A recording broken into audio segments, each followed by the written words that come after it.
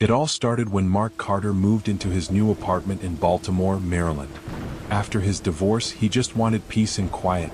Nothing fancy, just a clean one-bedroom with decent heating and no loud neighbors. Apartment 14B in the Oakview Heights complex seemed like the perfect restart. Modern kitchen, solid water pressure, and a lease that fit his budget. He even brought his golden retriever Max to keep him company. The first 2 weeks were normal.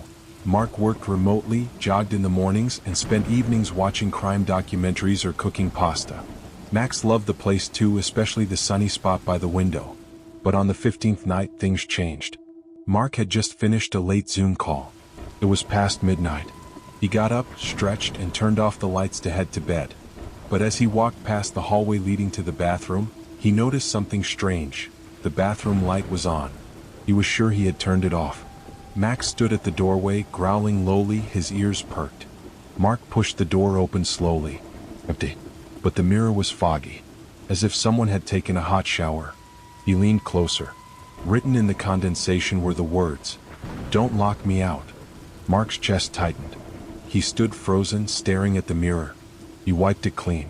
No one was behind him. The tub was dry. The sink was cold. "Probably a prank," he muttered, forcing a laugh. Old building. Maybe some pipe leaked hot air. But the door was locked from the inside. Always had been. Still he shrugged it off. Tired minds see strange things, he figured. Until the next night when it happened again. This time the mirror didn't say anything. But someone had used his toothbrush. It was wet and smelled like blood. Mark contacted the landlord the next day. "Is someone else living here?" he asked half-jokingly. "Nope, just you and Max. That unit's been vacant for 6 months before you. No one's had the key but me, and you now," the landlord replied. "Why, is something wrong?" "No, just wondering." He didn't mention the mirror or the toothbrush. But every night after that, something new would happen. Lights would flicker. Items moved from shelves. The TV would turn on by itself, always to static. One time, the oven clicked on at 3:17 a.m., its burners glowing red hot. Another time, Max refused to enter the bathroom, barking like someone was in there. Mark decided to set up a camera. He pointed his old GoPro at the hallway between the living room and the bathroom, left it running overnight, and went to bed. At 2:43 a.m., he woke up to the sound of soft humming. A woman's voice. Gentle. Familiar. He got out of bed and tiptoed toward the bathroom. Silence. The next morning he checked the footage. At exactly 2:41 a.m. the camera glitched. For 5 full seconds the frame was distorted.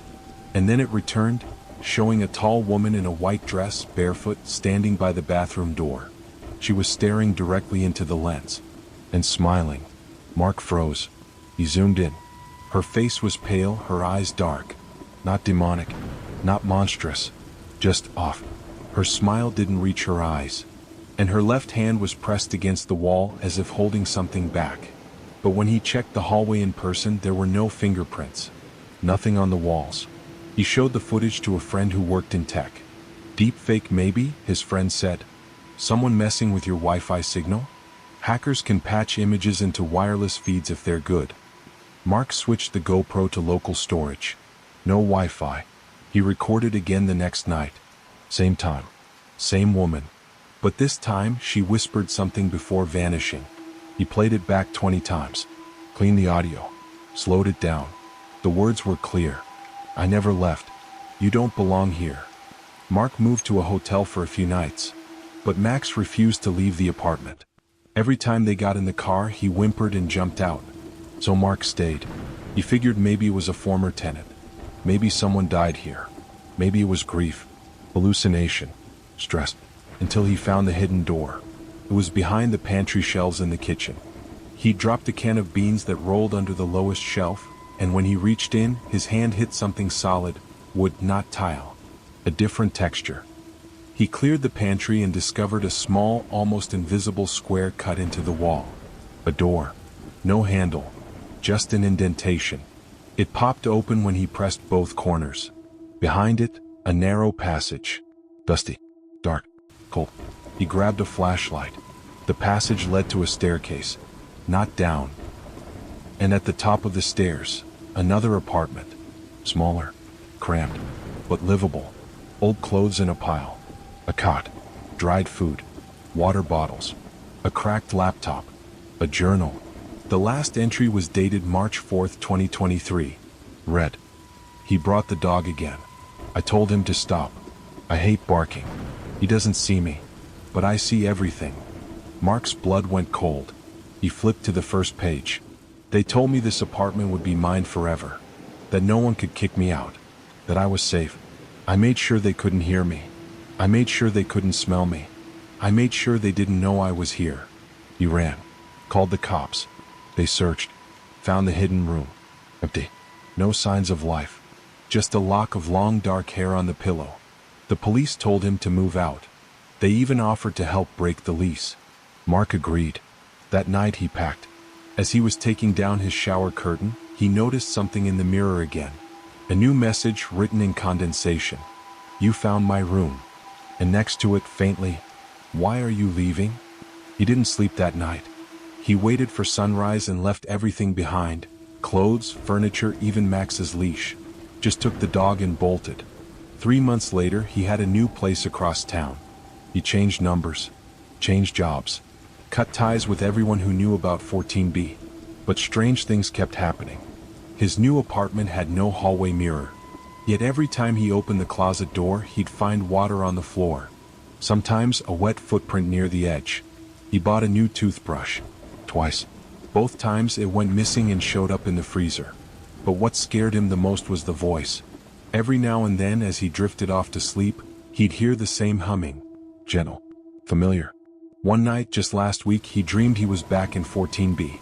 She was standing in the hallway, smiling, and whispering, "You can move houses, but I live in you now." Mark never went back. He never will. He's not sure if the woman was real or a memory etched into the walls of a place meant to stay empty. But what he does know is that some apartments don't want new tenants. They already have someone living there. And sometimes they never left. So next time you move into a new place, check the mirrors.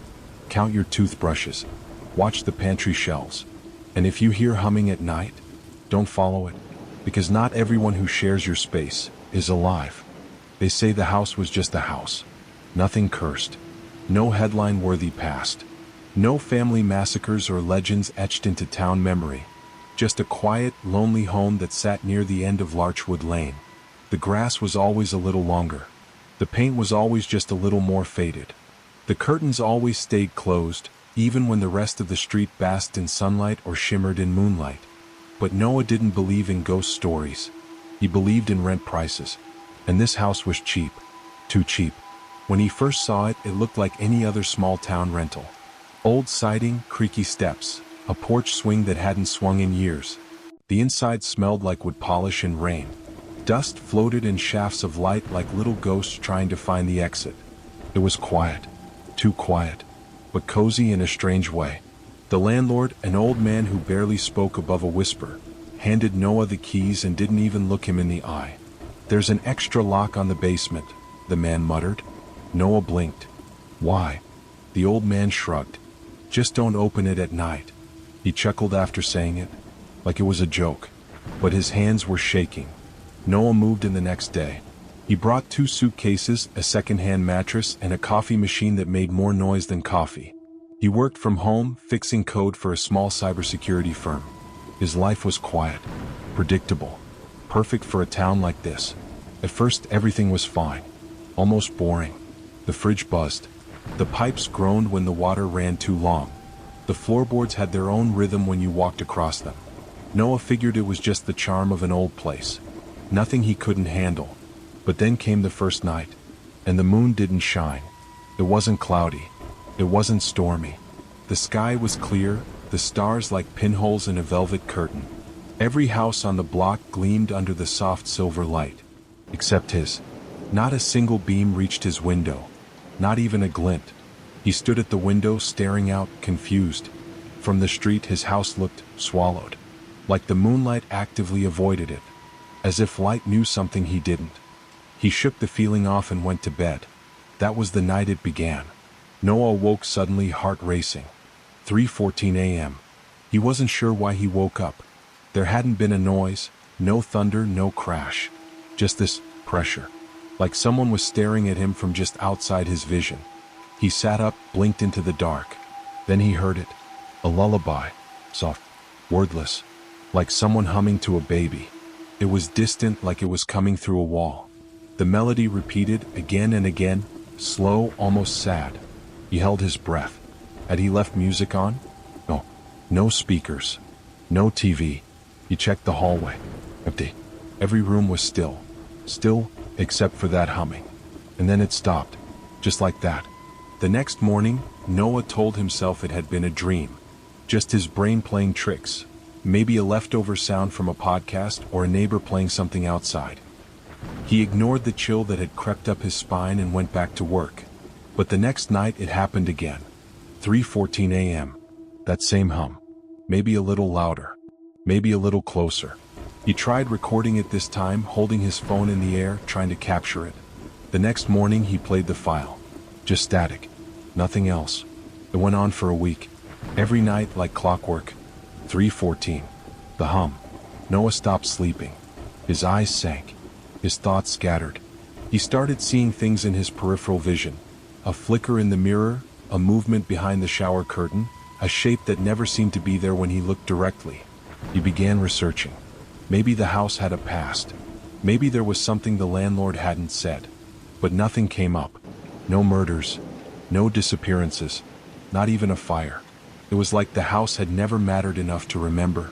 One night, when he couldn't take it anymore, Noah decided to follow the sound. He waited. Sat up in bed, phone in hand, eyes red from too many sleepless nights. 3:13. 3:14. The humming began.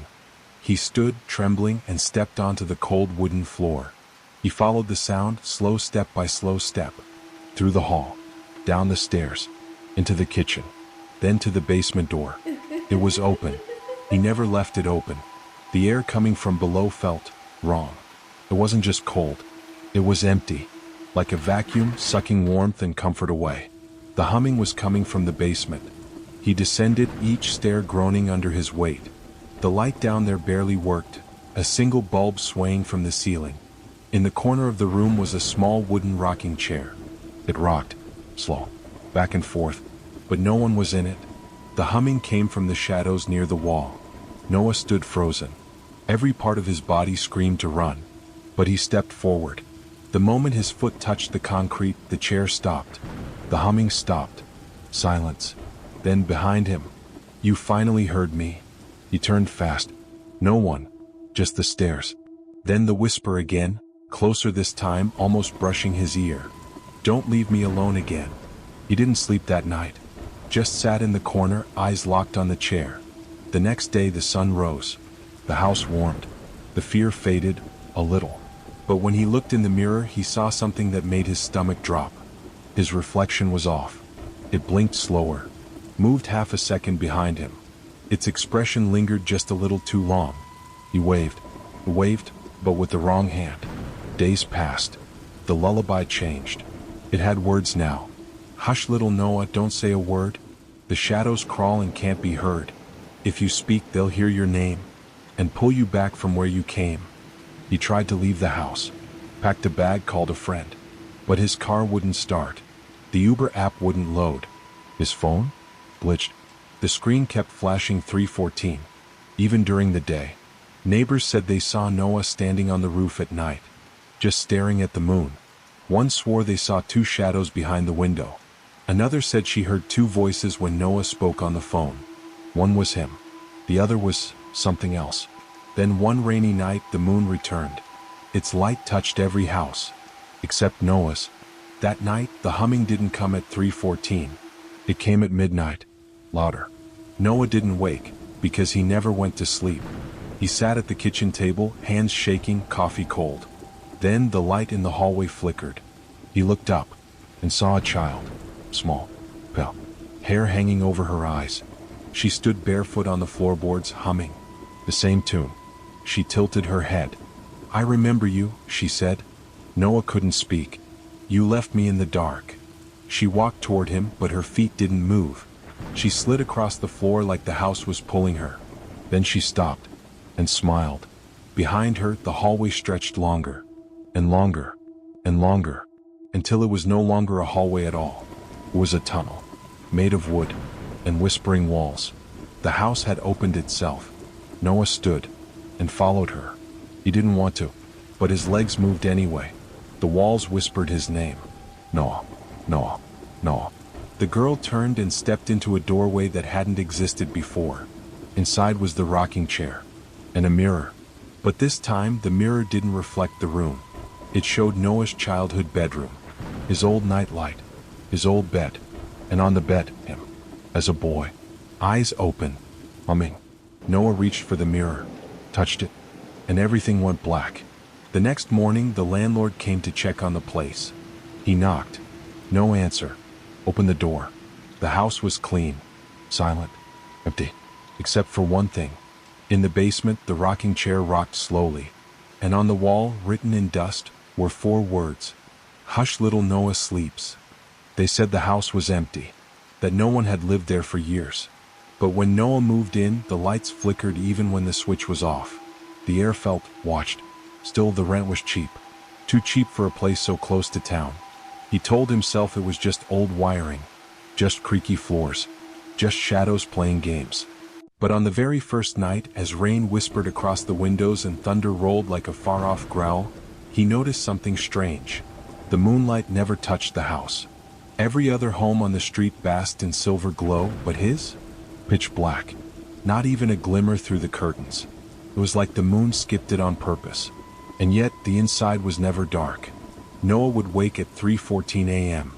every night, without fail, and always to the same thing, the soft hum of a lullaby, a child's voice humming from somewhere deep inside the walls. He searched, of course, flipped furniture, opened crawl spaces, even climbed into the attic. Nothing. But the humming always came back. Closer. Clearer. He tried sleeping with music. Didn't work. Earplugs. Still woke up. Sleeping pills. Didn't matter. That melody found its way in. He even recorded it. Played it back the next morning. There was nothing. Just static. Then one night he finally followed it. He got out of bed, barefoot on the cold wood floor, and let the lullaby guide him like a thread. Through the hallway. Down the stairs. Past the kitchen where the fridge hummed like it too had a secret. Toward the basement door. It was open. But he never left it open. The air from below was cold. Too cold. Not like a draft. Like winter lived beneath the house. And in the corner, on the basement floor, was a small wooden rocking chair. It rocked. Slow. Back and forth. Back and forth. But no one was in it. The lullaby grew louder. Noah's body wanted to run. Every instinct screamed to close the door, pack a bag, and never look back. But he stepped forward. And the moment his foot touched the last step, the chair stopped. Silence. No. You finally heard me, a voice said from behind him. He turned, fast, but saw nothing. Just stairs leading back up. Then a whisper, soft, right beside his ear. Don't leave me alone again. That night, Noah didn't sleep. He sat on the basement floor until the sun rose. And when he looked in the mirror the next morning, he noticed something wrong. His reflection wasn't doing what he was doing. It blinked slower, moved later, almost like it was learning. For the next few nights, the lullaby changed. It wasn't humming anymore. It had words now. Hush, little Noah, don't say a word. The shadows crawl and can't be heard. If you speak, they'll hear your name and pull you back from where you came. He stopped sleeping, stopped eating, just stared at the walls, listening, waiting. Neighbors started to worry. They said they saw Noah talking to himself in the yard at night. One claimed he was arguing with his own shadow. Another swore they saw 2 Noahs in the window, one looking out, one standing behind. Then one morning the humming stopped, and so did Noah. The house was empty again. But every night, when the rain begins and the moon hangs low, people say the lullaby returns. Only now it's different. Now it hums 2 voices. A group of friends, Emma, Jake, Sarah, and Tom, are driving through a remote area in the woods of Oregon. They are on their way to a weekend camping trip, excited and carefree. As they drive deeper into the woods, the atmosphere shifts. The trees seem to close in around them, and an eerie fog rolls in. Suddenly, their car breaks down, leaving them stranded. The friends decide to set up camp nearby, unaware of the dark history that surrounds the woods. As night falls, the group gathers around the campfire. They share ghost stories, and Jake mentions the local legend of the Whispering Woods, a tale of a spirit that lures people into the forest, never to return. The friends laugh it off, but Emma feels a chill run down her spine. They hear strange whispers in the wind, but dismiss it as the sounds of nature. Tension builds as they hear rustling in the bushes, but it's just a raccoon. That night, Emma has a nightmare about being lost in the woods, hearing whispers calling her name. She wakes up in a panic, but her friends are fast asleep. She decides to take a walk to calm her nerves. As she wanders, she hears the whispers again, clearer this time. They seem to be beckoning her deeper into the woods. She fights the urge to follow but feels an inexplicable pull. When she returns to camp, she finds Jake missing. Panic sets in as the group searches for Jake. They call his name, but only the whispers respond. The atmosphere grows tense as they argue about what to do. Sarah suggests they split up, but Emma refuses, insisting they stay together. They find Jake's flashlight and a torn piece of his shirt, heightening their fear. The friends decide to stay put and wait for dawn, but the whispers grow louder and shadows seem to dance around them. As night falls again, the group is on edge. They hear Jake's voice calling for help, but Emma is convinced it's a trick.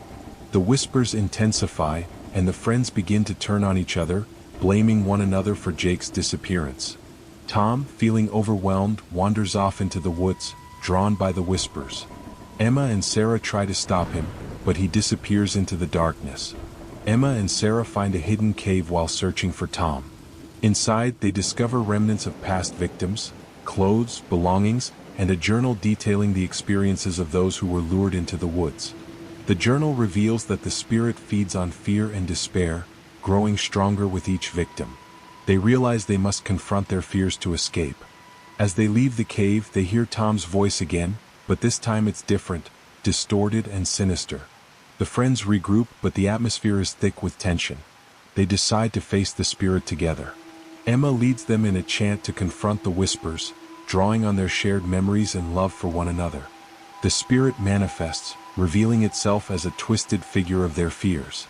In a climactic battle of wills, they confront their darkest thoughts and emotions. One by one, they face their fears, weakening the spirit's hold. With the spirit weakened, the friends make a desperate run for the car.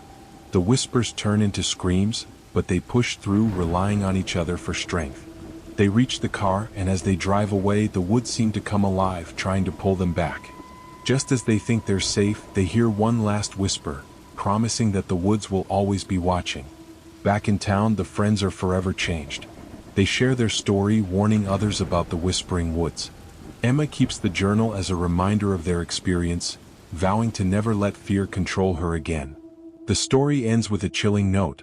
As they leave the woods behind, the camera pans to the trees, where faint whispers can still be heard, hinting that the spirit is still lurking, waiting for its next victim. Maya Chin had always been good with numbers, but life had a way of making even the simplest calculations feel impossible.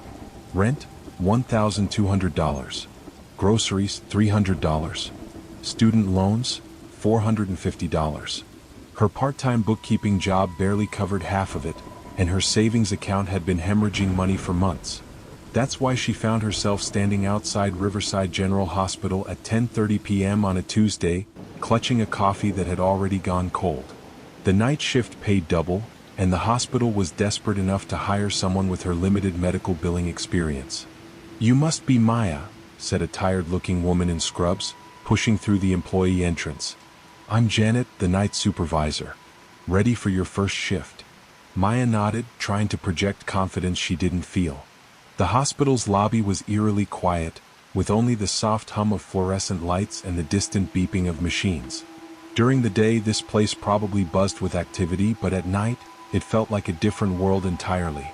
"Most of the action happens in the ER," Janet explained as they walked through empty corridors. "But your job is pretty straightforward. Patient intake, insurance verification, discharge paperwork. Nothing too complicated." They reached a small office near the emergency department. Through the glass partition, Maya could see the waiting room, a handful of people scattered across plastic chairs, looking miserable under the harsh lighting. "The computer system is pretty old," Janet continued, gesturing to a bulky monitor that looked like it belonged in the 1990s. But it gets the job done. Dr. Martinez is the attending physician tonight, and Sarah's your nurse liaison. Any questions, just ask them. Maya settled into her chair and began familiarizing herself with the system. The interface was clunky, but she'd worked with worse. Around midnight, the first patient arrived, a construction worker with a deep cut on his hand, clearly anxious about missing work. Insurance card? Maya asked gently. Yeah, here, he said, fumbling with his wallet. This is gonna cost me a fortune, isn't it? Maya ran his information through the system. Your insurance should cover most of it. Don't worry too much about the cost right now. Focus on getting that hand looked at. The man's shoulders relaxed slightly. Thanks. I was really stressed about that. As the night progressed, Maya found herself falling into a rhythm. Each patient brought their own story, their own fears. An elderly woman with chest pains, worried about her cats at home. A college student with a possible concussion, anxious about missing her midterm exam. A young father with his feverish toddler, exhausted and scared. Maya discovered she had a talent for reading between the lines, seeing past the medical forms to the real person underneath. She made sure to explain insurance coverage clearly, offered tissues when needed, and always tried to provide realistic timelines for wait times. You're doing great, Sarah, the nurse, told her around 3 a.m. A lot of people struggle with the night shift, but you seem to have a knack for this. Maya smiled, feeling genuinely useful for the first time in months. Maybe this job would work out after all. 3 weeks into her new routine, Maya began to notice things. Small things at first, patterns in the computer system that seemed odd, discrepancies in patient files that didn't quite add up. It started with Margaret Hendricks, an 82-year-old woman who'd been brought in with pneumonia. According to the initial intake form, she'd been admitted at 11:47 p.m. on a Saturday. But when Maya pulled up Margaret's insurance information, the timestamp showed 11:47 p.m. on a Friday, a full day earlier. Probably just a glitch, Maya muttered, making a note to follow up with IT. But then she noticed it again. Thomas Wu, a 45-year-old man with a heart attack, had the same discrepancy. And then Maria Santos, a 28-year-old with severe abdominal pain. All of them showed admission times exactly 24 hours earlier than they should have. Maya started keeping a notebook, jotting down the inconsistencies. The pattern was subtle. It only affected certain patients and only on specific nights. Always the same 24-hour discrepancy. Janet, Maya said during a brief lull around 2 a.m., I've been noticing some weird timestamp issues in the system. Should I report these to IT? Janet looked up from her paperwork, her expression unreadable. Timestamp issues? Yes, some patients are showing admission times from 24 hours earlier than they actually came in. It's probably just a computer glitch, but I thought you should know. I'll look into it, Janet said quickly. In the meantime, just focus on getting the intake forms processed. The timestamp stuff is probably just a server synchronization issue. Maya nodded, but something about Janet's reaction bothered her. The woman had seemed genuinely uncomfortable, like she was hiding something. Over the next few nights, Maya paid closer attention. She noticed that Dr. Martinez always seemed to disappear for long stretches during the early morning hours, usually between 2 and 4 a.m. The security guard, Bob, would make his rounds but always seemed to skip the basement level. And sometimes, late at night, Maya would hear sounds from below, muffled voices, the squeak of wheels on linoleum. Sarah, Maya said one night, what's in the basement? Sarah was restocking supplies in the cabinet near Maya's desk. She paused, her hand frozen on a box of gauze. Just storage. Medical supplies, old equipment. Nothing interesting. Are there patient rooms down there? No, Sarah said, but her voice was tight. Why would you ask that? Maya shrugged. Just curious. Sometimes I hear voices coming from down there. Sarah's expression darkened. You shouldn't be asking questions like that, Maya. Just focus on your job. The warning was clear, but it only made Maya more curious. She started volunteering to work extra shifts, partly for the money but mostly to observe. The strange patterns were becoming more apparent, and she was beginning to suspect they weren't random glitches. It was a Thursday night, nearly a month into her employment, when Maya finally decided to investigate. The emergency department was unusually quiet. Just one patient, a homeless man sleeping off a bender in the waiting room. Dr. Martinez had disappeared on one of his mysterious breaks, and Sarah was busy with paperwork. Maya told herself she was just looking for the restroom, but her feet carried her toward the stairwell marked "Basement, Authorized Personnel Only." The basement was darker than she'd expected, lit only by sporadic fluorescent bulbs that flickered intermittently. The air smelled of antiseptic and something else, something organic and unpleasant. Maya followed the main corridor, her footsteps echoing in the empty space. Most of the rooms were storage areas, filled with outdated medical equipment and boxes of supplies. But at the far end of the corridor, she found something that made her blood run cold. Room B12 contained 6 beds, all occupied. The patients were unconscious, hooked up to various machines that Maya didn't recognize. But what horrified her most was that she recognized some of the faces. Margaret Hendricks, the elderly woman with pneumonia, was lying in the first bed. Her skin was pale, almost translucent, and her breathing was so shallow it was barely visible. According to the chart at the foot of her bed, she'd been here for 3 weeks. But that was impossible. Maya had processed Margaret's discharge paperwork herself, just 5 days ago. She'd watched the woman walk out of the hospital with her daughter. Thomas Wu was in the second bed, looking even worse than Margaret. His heart monitor showed a weak, irregular rhythm, and his skin had a grayish tint. According to his chart, he'd been here for 2 weeks. Maya checked the remaining beds. Maria Santos, the young woman with abdominal pain. David Kim, a teenager who'd come in with a broken arm. Jennifer Walsh, a middle-aged woman with severe migraines. All of them were supposed to have been discharged days or weeks ago. "What the hell is going on?" Maya whispered. "You shouldn't be here." Maya spun around to find Dr. Martinez standing in the doorway. In the dim light, his face looked gaunt, almost skeletal. His eyes, which had always seemed tired but kind, now held something cold and predatory. "Dr. Martinez," Maya said, her voice trembling. I got lost looking for the restroom." "No," he said, stepping into the room. "You've been asking questions, poking around where you don't belong." Maya backed away, her mind racing. "These patients, they're supposed to be discharged. I processed their paperwork myself." Dr. Martinez smiled, but there was no warmth in it. "You did process their paperwork. Very efficiently too. But you see, Maya, sometimes patients serve a greater purpose than just getting better and going home." "What kind of purpose?" "Medical research, pharmaceutical testing. There are companies that pay very well for test subjects, especially ones that society won't miss. The homeless, the elderly, people without family." He gestured to the beds. "We provide a valuable service." Maya felt sick. "You're experimenting on them?" "We're advancing medical science. These people are contributing to breakthroughs that could save thousands of lives. They didn't consent to this." "Consent is a luxury we can't always afford," Dr. Martinez said, moving closer. "But don't worry, Maya. You're not the type we usually select. You have family, friends, people who would notice if you disappeared." "Usually select?" Maya's voice was barely a whisper. "Of course. How do you think we've been running this operation for 3 years? We're very careful about who we choose." Maya looked around the room again, seeing it with new eyes. The sophisticated equipment, the detailed charts, the clinical efficiency of it all. This wasn't some improvised operation. It was a well-organized, systematic program. "You're monsters," she said. "We're pragmatists," Dr. Martinez replied. "But you've seen too much now. I'm afraid I can't let you leave." Maya ran.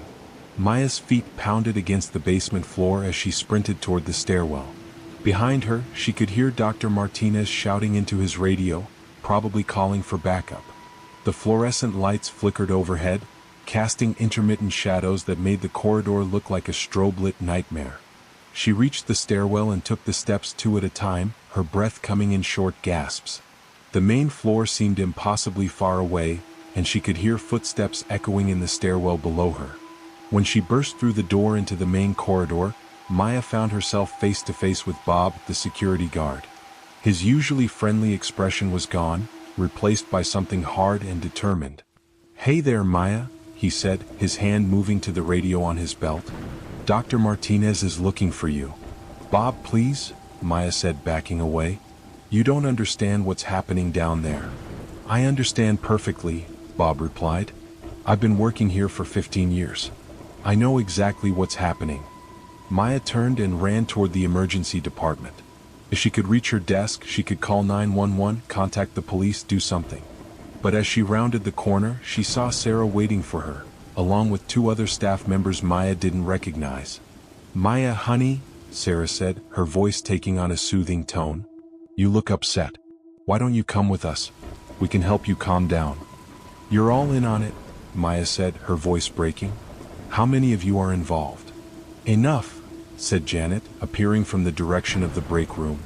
Maya, you need to understand, this program has saved countless lives. The research we've conducted here has led to breakthrough treatments for cancer, heart disease, neurological disorders. Sometimes, for the greater good, we have to make difficult choices. Difficult choices? Maya's voice rose. You're torturing people. We're giving them purpose, Janet said firmly. Most of these patients have no family, no prospects. We're not hurting them, we're giving their lives meaning. Maya looked around at the faces surrounding her. People she'd worked with, trusted, considered friends. All of them were part of this conspiracy. How many patients had they processed together? How many people had Maya unknowingly helped disappear? I won't let you do this, Maya said. You don't have a choice, Dr. Martinez said, appearing behind her. But I want you to know, Maya, that we genuinely like you. You're good at your job, you care about people. In another situation, you could have been a valuable member of our team. I would never. You would, Dr. Martinez interrupted. Give it time. Give it perspective. Once you understand the bigger picture, you'll see that we're doing the right thing. Maya realized they were planning to make her one of the subjects. They were going to put her in one of those beds, hook her up to their machines, and use her as a test subject. The thought filled her with such terror that she found strength she didn't know she possessed. She feinted to the left, then dove right, slipping past Sarah and sprinting toward the main entrance. Behind her, she heard shouts and the sound of running feet, but she didn't look back. The hospital's main doors were locked at night, but Maya remembered seeing a fire exit near the cafeteria. She ran through the darkened corridors, her sneakers squeaking on the polished floor. The exit sign glowed red in the distance, like a beacon of hope. She slammed into the fire door, expecting it to open, but it didn't budge. A keycard reader blinked red beside the handle. No, no, no, Maya muttered, pulling on the handle desperately. It's no use, Dr. Martinez said, appearing at the end of the corridor with the others. All exits are secured at night. Safety protocol. Maya looked around wildly. There had to be another way out. The windows were too high and probably reinforced. The loading dock would be locked too. But then she remembered something, the construction work on the east wing. They'd been renovating one of the patient floors for weeks.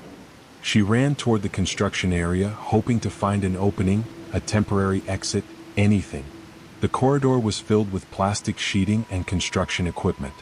Maya pushed through the barriers, her heart hammering in her chest. Behind her, she could hear them getting closer. Dr. Martinez was speaking into his radio, coordinating with other staff members. Maya realized this wasn't just about her anymore. They were probably activating some kind of emergency protocol, making sure no evidence could be traced back to them. She reached the construction zone and found what she was looking for, a section of exterior wall that had been removed for window installation. The opening was covered with plywood, but Maya could see light around the edges. She grabbed a crowbar from a nearby toolbox and pried at the plywood. It came away with a screech of nails, revealing a 10-foot drop to the parking lot below. Maya, stop. Dr. Martinez shouted from behind her. You're going to hurt yourself. Maya looked back at the group pursuing her, then at the drop below. It was a risk, but staying here meant certain death. She climbed onto the windowsill. Think about what you're doing, Janet called out. Even if you escape, who's going to believe you? We're respected medical professionals. You're just a night shift clerk with a history of financial problems. Maya realized Janet was right. Even if she escaped, proving what was happening here would be nearly impossible. The hospital staff would close ranks, destroy evidence, maybe even relocate the operation. But she had to try. She jumped. Maya hit the ground hard, pain shooting through her ankle as she rolled across the asphalt. She could hear shouting from the window above, but she didn't stop to look back. Limping badly, she made her way toward the street. The parking lot was mostly empty, just a few cars belonging to the night shift staff. Maya realized her car keys were still in her purse, which she'd left at her desk. She needed to get away from the hospital, but she also needed evidence. Her phone. She still had her phone. With shaking hands, Maya pulled out her cell phone and started recording a voice memo as she limped toward the street. My name is Maya Chen. I'm a billing clerk at Riverside General Hospital. It's approximately 3:30 a.m. on Friday, October 13th. I've discovered that hospital staff are conducting illegal medical experiments on patients in the basement. Dr. Martinez, Janet the night supervisor, Sarah the nurse, and security guard Bob are all involved. She continued recording as she walked, detailing everything she'd seen, the names of the patients, the room numbers, the timeline of events. Even if they caught her, maybe someone would find the recording. Maya reached the main road and looked back at the hospital. It looked so normal, so benign.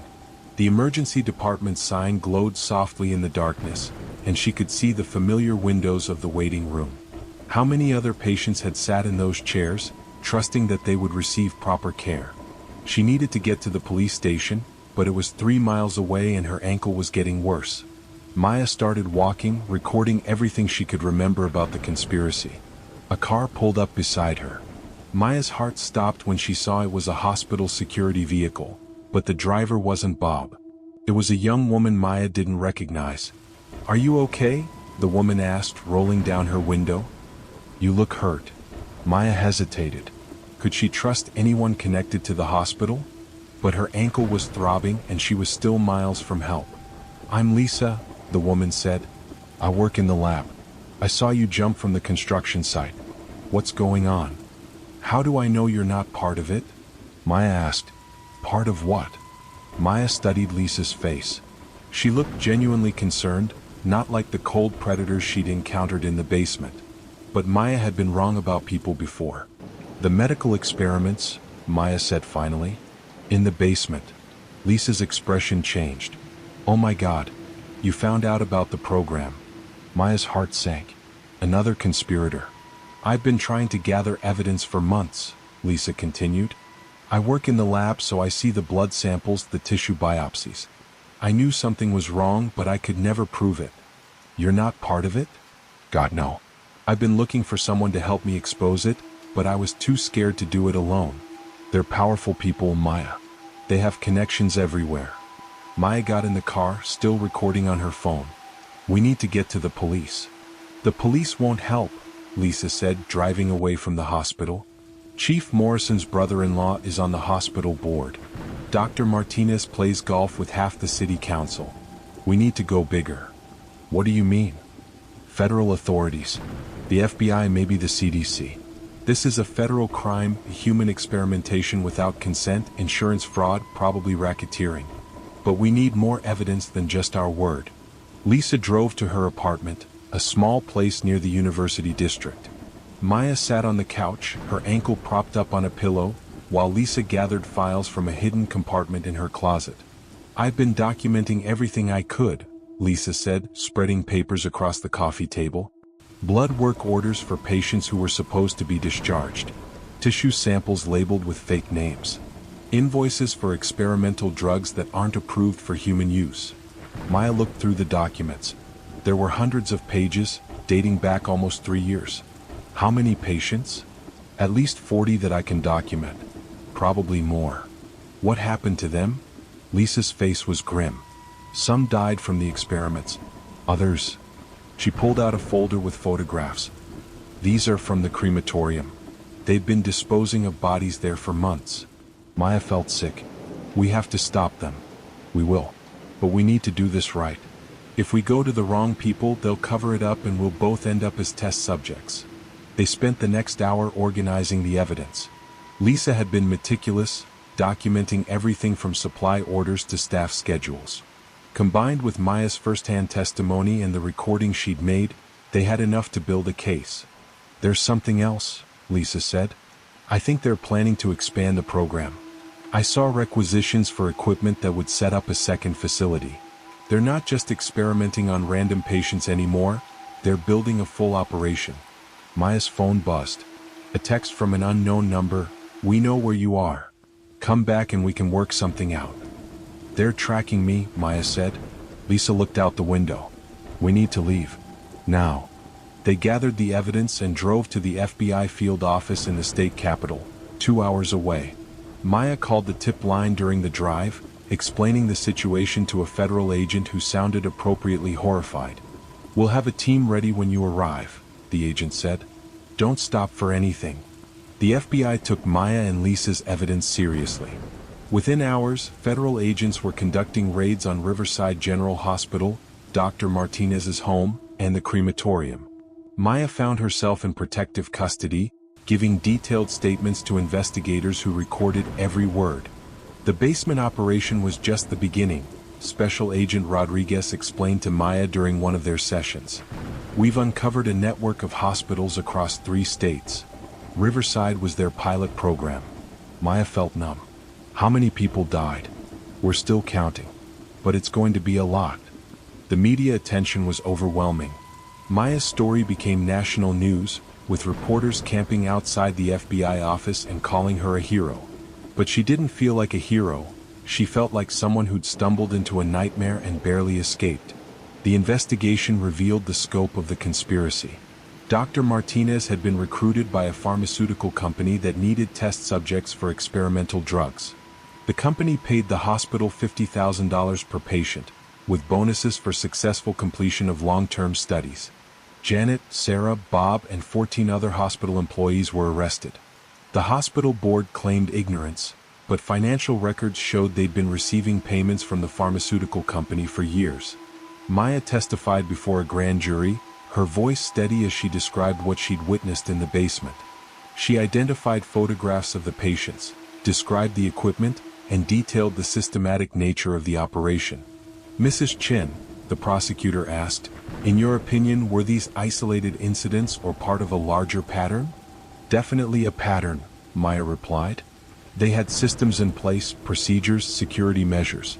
This wasn't something they improvised, it was planned and organized. The trial lasted 6 months. Dr. Martinez was sentenced to life in prison without parole. Janet received 25 years. Sarah and Bob got 15 years each. The pharmaceutical company paid $2.3 billion in fines and settlements. Maya received a settlement too, enough to pay off her student loans and start over somewhere else. But the money felt tainted, like compensation for witnessing something that should never have happened. She moved to Oregon, got a job at a small medical clinic, and tried to rebuild her life. But the nightmares never completely went away.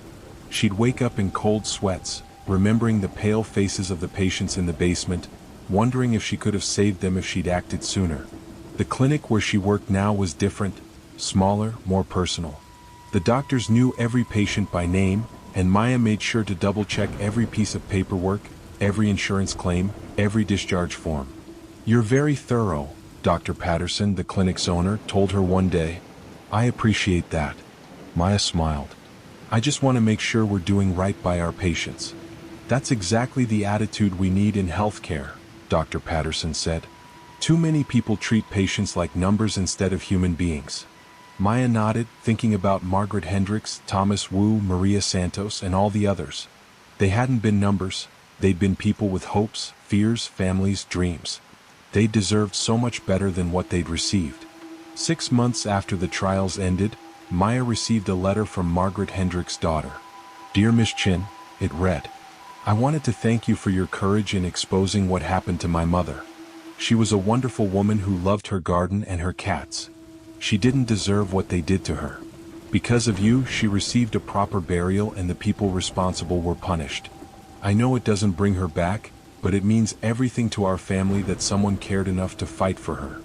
Maya kept the letter in her desk drawer and read it whenever she had doubts about what she'd done. The experience had changed her, made her more cautious but also more determined to do the right thing. She never worked a night shift again. 2 years after the Riverside General scandal, Maya Chin stood in front of a congressional committee, testifying about the need for stronger oversight of medical research. The hearing room was packed with reporters, patient advocates, and families of the victims. The current system relies too heavily on self-reporting and voluntary compliance. Maya told the committee. We need mandatory external audits, surprise inspections, and criminal penalties for violations.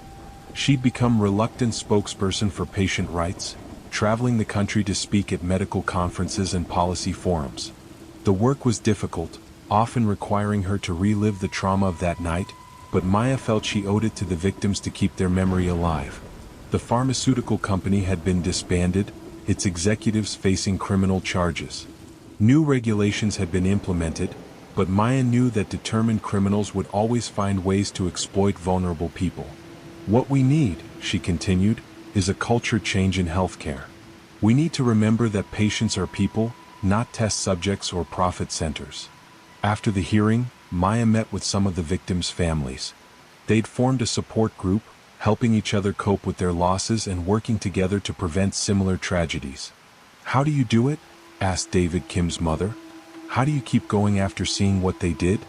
Maya thought about the question. I think about what would have happened if I just ignored what I saw. How many more people would have suffered?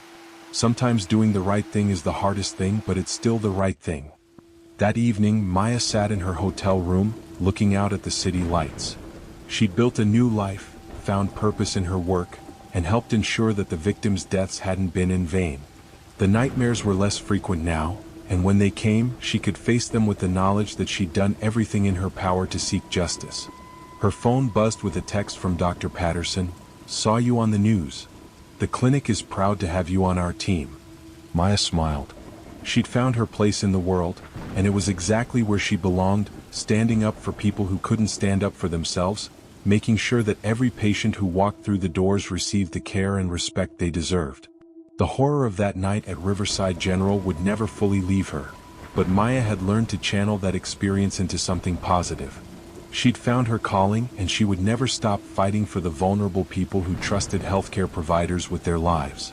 In the end, that was the best memorial she could offer to Margaret Hendricks, Thomas Wu, Maria Santos, and all the others, a promise that their suffering would not be forgotten, and that someone would always be watching, always be ready to speak up when the system failed. The night shift was over, but Maya Chen's work was just beginning. The letter arrived on a Tuesday morning in October, crisp and official, bearing the seal of the Maritime Authority. Sarah Chen had been working dead-end jobs for 3 years since graduating college, so when she saw the posting for a lighthouse keeper position, something inside her stirred with unexpected hope. 6 months, she read aloud to her empty apartment. Remote lighthouse station. Solitary work. Good pay. The salary was indeed generous, suspiciously so for what seemed like a simple job. But Sarah had grown tired of the city's endless noise, the crushing weight of student loans, and the feeling that she was invisible in a world of 8 million people. She called the number immediately. Whitmore Point Lighthouse, the gruff voice answered. This is Captain Morrison. Hi, I'm calling about the keeper position, Sarah said, trying to sound professional despite her excitement. There was a long pause. You sure about that, miss? It's not an easy job. The lighthouse is 40 miles offshore, accessible only by boat. No internet, limited radio contact. Just you and the sea for months at a time. Sarah looked around her cramped studio apartment, at the bills piled on her makeshift desk, at the gray view of the alley outside her window. I'm sure. Another pause. Well, I've got to be honest with you. We've had trouble keeping people out there. The last 3 keepers, they didn't finish their contracts. What happened to them? Different reasons. The isolation gets to some people. Others find the work harder than expected. His voice carried a weight that suggested there was more to the story, but Sarah didn't press. I can handle isolation, she said. I actually prefer it. Captain Morrison sighed. All right, Miss Chin. Can you be here by Friday? We need someone out there before the storm season starts. Friday morning found Sarah standing on a weathered dock in the small coastal town of Millbrook, her life condensed into 2 duffel bags and a backpack. The salt air was sharp and clean, nothing like the stale urban atmosphere she'd grown accustomed to. For the first time in months, she felt genuinely excited about something. Captain Morrison was exactly what she'd imagined. Weathered face, gray beard, eyes that had seen too much ocean. He loaded her bags into a small motorboat without much ceremony. Supply run happens every 2 weeks, he explained as they puttered out of the harbor. Radio check every 3 days. Emergency beacon if something goes wrong. He handed her a thick manual. Everything you need to know is in there. The light rotation, maintenance schedules, weather protocols. As they traveled further from shore, Sarah watched the coastline shrink behind them. The rhythmic sound of the engine was almost hypnotic, and she found herself relaxing for the first time in years. The endless expanse of water stretched in every direction, broken only by the occasional seabird or distant ship. "There she is," Morrison said after nearly 2 hours of travel. Sarah looked up to see Whitmore Point Lighthouse rising from a small rocky island like something from a postcard. The tower was painted in classic white with a red roof, standing maybe 60 feet tall. A small keeper's cottage sat at its base, connected by a covered walkway. It looked peaceful, almost idyllic. "Beautiful, isn't it?" Morrison said, but his tone was neutral, almost careful. "It's perfect," Sarah replied, and meant it. As they approached the narrow dock, Sarah noticed something odd. The rocks around the island were stained an unusual reddish-brown color, as if rust had somehow seeped into the stone itself. When she asked about it, Morrison just shrugged. "Iron deposits in the rock. Common around here." He helped her carry her bags to the cottage, a cozy 2-room structure with a small kitchen, a bedroom, and a living area dominated by a stone fireplace. Everything was neat and clean, as if the previous keeper had left just yesterday. "Where is the previous keeper?" Sarah asked as she set down her bags. Morrison paused in the doorway. "Thomas Whitmore. He left unexpectedly. Family emergency." He handed her a set of keys. "I'll be back in 2 weeks with supplies. Radio schedule is posted by the equipment. Any questions?" Sarah shook her head, too excited to think of anything important. "Good luck, Miss Chin," Morrison said, and something in his voice made her look up sharply. But he was already walking back to his boat, leaving her alone on the island for the first time. The first few days passed in a blur of routine establishment. Sarah threw herself into learning the lighthouse systems, reading the manual cover to cover, and exploring her new home. The work was surprisingly complex. The light had to be maintained constantly, the lens cleaned daily, the rotation mechanism checked and oiled. Weather reports came in over the radio 3 times a day, and she had to log everything meticulously. But she loved it. For the first time in her adult life, she felt useful, necessary. Ships passed by regularly, and she would watch their lights at night, knowing that her beacon was guiding them safely past the treacherous rocks that surrounded the island. The cottage was comfortable, with a well-stocked kitchen and a small library of books left by previous keepers. She settled into a routine: morning maintenance, afternoon reading, evening radio check, and long walks around the island's perimeter. The isolation that Morrison had warned her about felt more like peace. It was on the 4th night that she found the journal. She had been exploring the cottage more thoroughly, looking for additional supplies, when she discovered a loose floorboard in the bedroom. Underneath was a space containing a leather-bound journal, its pages filled with handwritten entries. The name on the inside cover read Thomas Whitmore in neat cursive. Sarah hesitated. Reading someone else's private thoughts felt wrong, but her curiosity got the better of her. She opened to the first entry. March 15th, first day at Whitmore Point. The irony of the name isn't lost on me. Great-grandfather would have been proud to see a Whitmore keeping the family light again. The cottage is in good shape, though I found some odd stains on the rocks outside. Morrison says it's iron deposits, but it looks more like... The entry cut off abruptly, as if Thomas had been interrupted. Sarah flipped through several pages of routine observations. Weather reports, maintenance notes, supply inventories. Normal keeper business. But gradually the entries began to change. March 28th, strange noises last night. Thought I heard someone calling my name from the water. Checked the area with a flashlight but saw nothing. Probably just the wind playing tricks. April 2nd, the stains on the rocks are definitely getting darker. And bigger. I measured them today.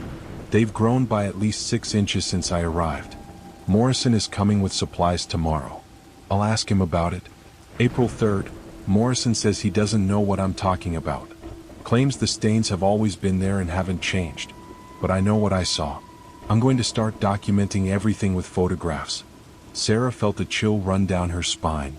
She looked out the window at the rocks Morrison had claimed were stained with iron deposits. In the moonlight, they did look darker somehow, more ominous than they had during the day. She continued reading, but the entries became increasingly erratic and disturbing. Thomas wrote about voices in the night, about shapes moving in the water, about dreams that felt too real to be dreams. The handwriting grew shakier as the weeks progressed, as if his hands were trembling as he wrote. The final entry was dated just 3 weeks ago. It's not iron in the rocks. It's blood. Old blood, soaked so deep into the stone that it's become part of the island itself. I found records in the lighthouse archives. This place has a history. Ships don't just pass by Whitmore Point. They're drawn here. And they don't always leave. I can hear them now, calling from the water. The voices of everyone who's ever died here. They want me to join them. They want me to turn off the light. If someone finds this journal, get off the island. Don't try to be a hero. Don't try to solve the mystery. Just leave. The lighthouse doesn't need a keeper. It needs food. I'm going to try to make it to the radio. If I can't, I'm sorry. I'm so sorry. The journal ended there, but several pages had been torn out. Sarah's hands were shaking as she closed the book.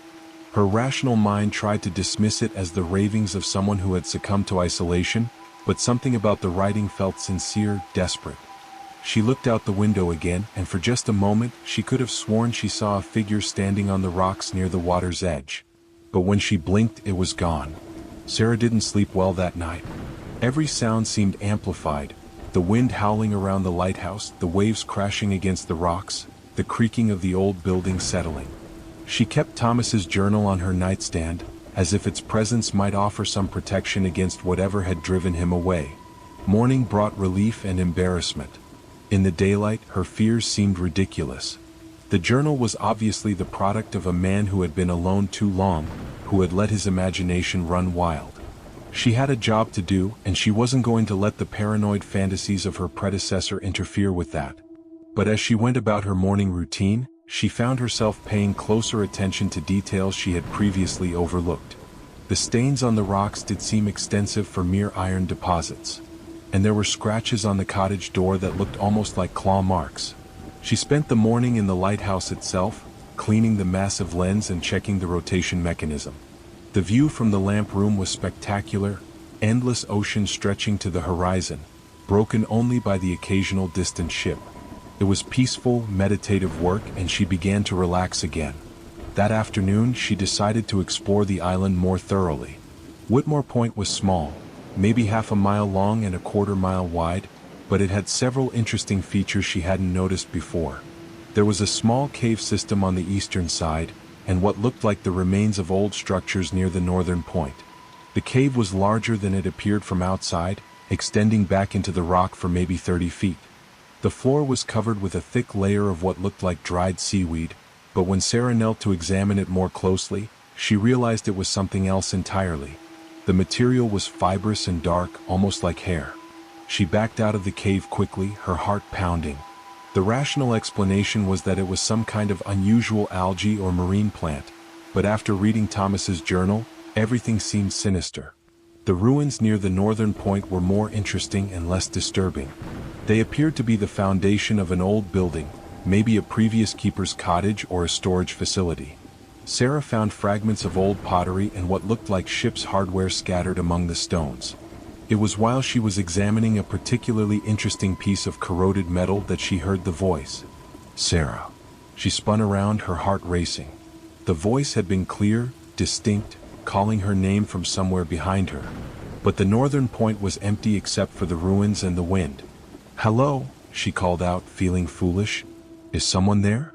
The only response was the sound of waves and wind. Sarah stood perfectly still for several minutes, listening intently, but the voice didn't come again. She told herself it had been her imagination, or perhaps the wind creating an auditory illusion among the rocks. But as she walked back to the cottage, she couldn't shake the feeling that someone was watching her. The first scheduled radio check came that evening at 6 p.m. Sarah had been looking forward to it all day, craving human contact after her unsettling afternoon.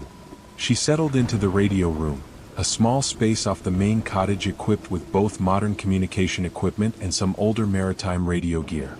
Whitmore Point, this is Millbrook Base, do you copy? Millbrook Base, this is Whitmore Point. I copy you clearly. Good to hear from you, Sarah. How are you settling in? The voice belonged to a woman named Janet, who handled communications for the Maritime Authority. She sounded friendly and professional, exactly the kind of normal human contact Sarah needed. Very well, thanks. The lighthouse is beautiful and the work is interesting. That's great to hear. We've had some trouble with that position lately. How's the equipment running? Everything seems to be in good order. Light rotation is normal, all maintenance is up to date. Excellent. Weather looks clear for the next few days, but we're tracking a storm system that might reach you by the weekend. Nothing too serious, but make sure you're prepared. They went through the standard checklist: fuel levels, emergency supplies, equipment status. It was reassuring to talk through these mundane details with another person. One more thing, Janet said as they were wrapping up. Have you found any personal effects from the previous keeper? Thomas Whitmore left pretty quickly, and his family is wondering if he left anything behind. Sarah hesitated. The journal was definitely a personal effect, but something held her back from mentioning it. I found some books and basic supplies, but nothing that seemed particularly personal. Okay, well, if you come across anything, let us know. Same time Thursday? I'll be here.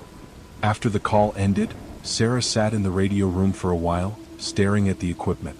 She had lied to Janet about the journal, but she couldn't quite explain why. Something about Thomas's final entries made her want to keep his secrets, at least until she understood more about what had happened to him. She retrieved the journal from her bedroom and read through it again, this time more carefully.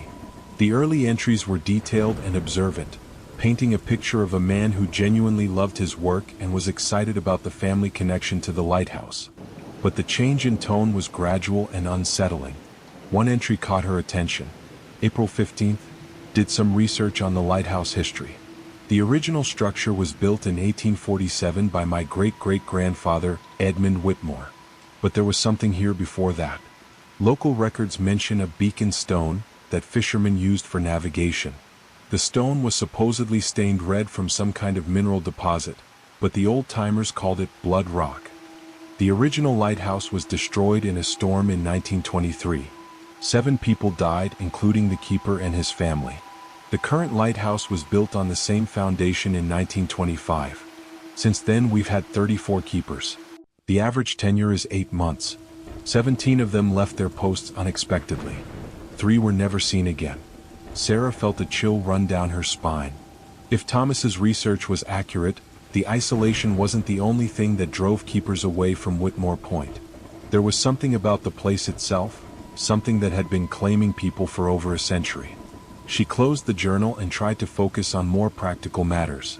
The evening maintenance routine needed to be completed, and she had promised herself she would finish unpacking her belongings. But as she worked, she found herself constantly looking out the windows, half expecting to see figures on the rocks or shapes moving in the water. Night fell with unusual swiftness, as if the darkness was eager to reclaim the island. Sarah completed her final equipment check and settled into the cottage for the evening, but sleep felt impossible. Every sound seemed threatening, every shadow seemed to move. It was just after midnight when she heard the singing. The singing was beautiful and terrible at the same time. It drifted across the water like a lullaby, a harmony of voices that seemed to come from everywhere and nowhere. Sarah found herself drawn to the window, pressing her face against the cold glass to listen. The melody was haunting, wordless, but somehow familiar. It reminded her of something from her childhood, a song her grandmother used to sing, or perhaps a half-remembered dream. The voices rose and fell with the rhythm of the waves, creating a hypnotic pattern that made her eyelids heavy. She stood at the window for what felt like hours, swaying slightly to the rhythm of the song. Part of her mind recognized that this was exactly what Thomas had written about, but that rational voice seemed distant and unimportant compared to the beauty of the music. The singing began to include words, though they were in a language she didn't recognize. The syllables were fluid and strange, like water flowing over stones. But somehow she understood their meaning. They were calling to her, inviting her to join them, promising her peace and belonging. Sarah's hand was on the door handle before she realized what she was doing. The rational part of her mind screamed warnings, but the song was so beautiful, so compelling. She just wanted to get a little closer to hear it more clearly. The cold night air hit her face like a slap, breaking the spell momentarily. She stood in the doorway, confused and disoriented. The singing continued, but now she could hear something else underneath it. A sound like waves crashing against rocks, but with an oddly wet, organic quality. She stepped back inside and slammed the door, her heart racing. The singing continued for several more minutes, growing gradually fainter before finally fading away entirely. Sarah stood with her back pressed against the door, breathing heavily, trying to process what had just happened. The journal. She needed to read more of the journal. She found the entry she was looking for. April 22nd. The singing started 3 nights ago. It's the most beautiful sound I've ever heard, but I know it's not human. There's something wrong with it, something that pulls at you until you can't think straight. I've been sleeping with wax in my ears, but I can still hear it faintly. I think I understand now why so many keepers have disappeared. They didn't leave the island. They went into the water. The singing calls to them and they follow it and they never come back. I found something today that confirms my worst fears. There's a tidal pool on the eastern side of the island that I've never noticed before. It's perfectly round, about 10 feet across, and the water is black as ink. When I looked into it, I saw faces. Dozens of them floating just beneath the surface. They looked peaceful, almost happy. I think they're the missing keepers. I think the island keeps them. Sarah slammed the journal shut, her hands shaking. The tidal pool Thomas described was probably the cave system she had explored earlier. The thought of returning there filled her with dread, but she knew she had to see it for herself. The rest of the night passed without incident, but Sarah didn't sleep. She sat in the living room with all the lights on, watching the darkness outside and listening for any sign of the singing. Dawn came as a relief, bringing with it the familiar routine of maintenance and the illusion of normalcy. But even in daylight, the island felt different. The rocks seemed darker, the water more ominous. And everywhere she looked, Sarah thought she saw movement in her peripheral vision, shapes that vanished the moment she turned her head. Sarah waited until afternoon to explore the eastern side of the island. The singing had come from that direction, and she needed to see the tidal pool that Thomas had written about. She armed herself with a flashlight and a digital camera, telling herself she was being scientific, methodical. The cave system was exactly as she remembered it, a narrow opening that widened into a larger chamber. But now, in the back of the cave, she could see something that had been hidden in shadow during her first visit. There was indeed a perfectly round pool of water, maybe 10 feet across, filled with water so dark it looked like oil. Sarah approached slowly, every instinct screaming at her to turn back. The pool was eerily still, its surface like black glass. She knelt at the edge and peered into the depths, her flashlight beam seeming to disappear into the darkness. At first she saw nothing. Then, as her eyes adjusted, shapes began to emerge from the blackness. They were pale and indistinct, floating just beneath the surface like jellyfish. But as she looked more closely, she realized they weren't marine creatures at all. They were faces. Human faces, dozens of them, suspended in the dark water. Their eyes were closed, their expressions peaceful, as if they were sleeping. Sarah recognized some of them from old photographs in the lighthouse archives. Previous keepers who had supposedly left their posts or disappeared. And floating among them, his face serene and unmarked, was Thomas Whitmore. Sarah scrambled backward, her heart pounding. This was impossible. Thomas had supposedly left the island weeks ago due to a family emergency.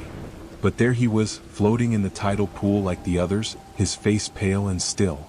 She raised her camera with trembling hands and took several photographs, the flash illuminating the pool in stark, white light. In the brief moments of illumination, she could see the faces more clearly. They were all peaceful, all seemingly content, but their skin had a strange translucent quality, as if they were slowly dissolving. The pool began to ripple, as if something was moving beneath the surface. The faces started to drift and rotate, their closed eyes turning towards Sarah. She backed away as quickly as she could, not stopping until she was out of the cave and in the open air. Her hands were shaking so badly she could barely hold the camera. The photos would be proof, evidence of what was really happening on Whitmore Point. She had to get them to the mainland, had to warn people.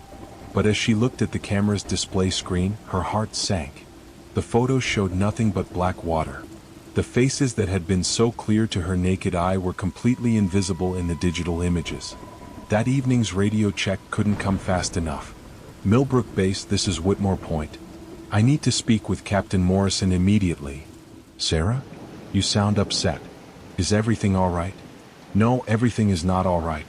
I need to get off this island. Tonight. There was a pause. What's wrong? Are you injured? Is the equipment failing? Sarah took a deep breath, trying to calm herself. I found Thomas Whitmore. He didn't leave the island. He's in a tidal pool in the cave system. He's dead. Another pause, longer this time. Sarah, I need you to slow down. Thomas left weeks ago. We have his resignation letter.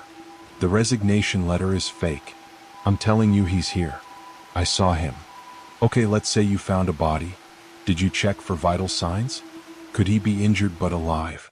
Sarah thought about the peaceful faces floating in the black water, about the translucent quality of their skin.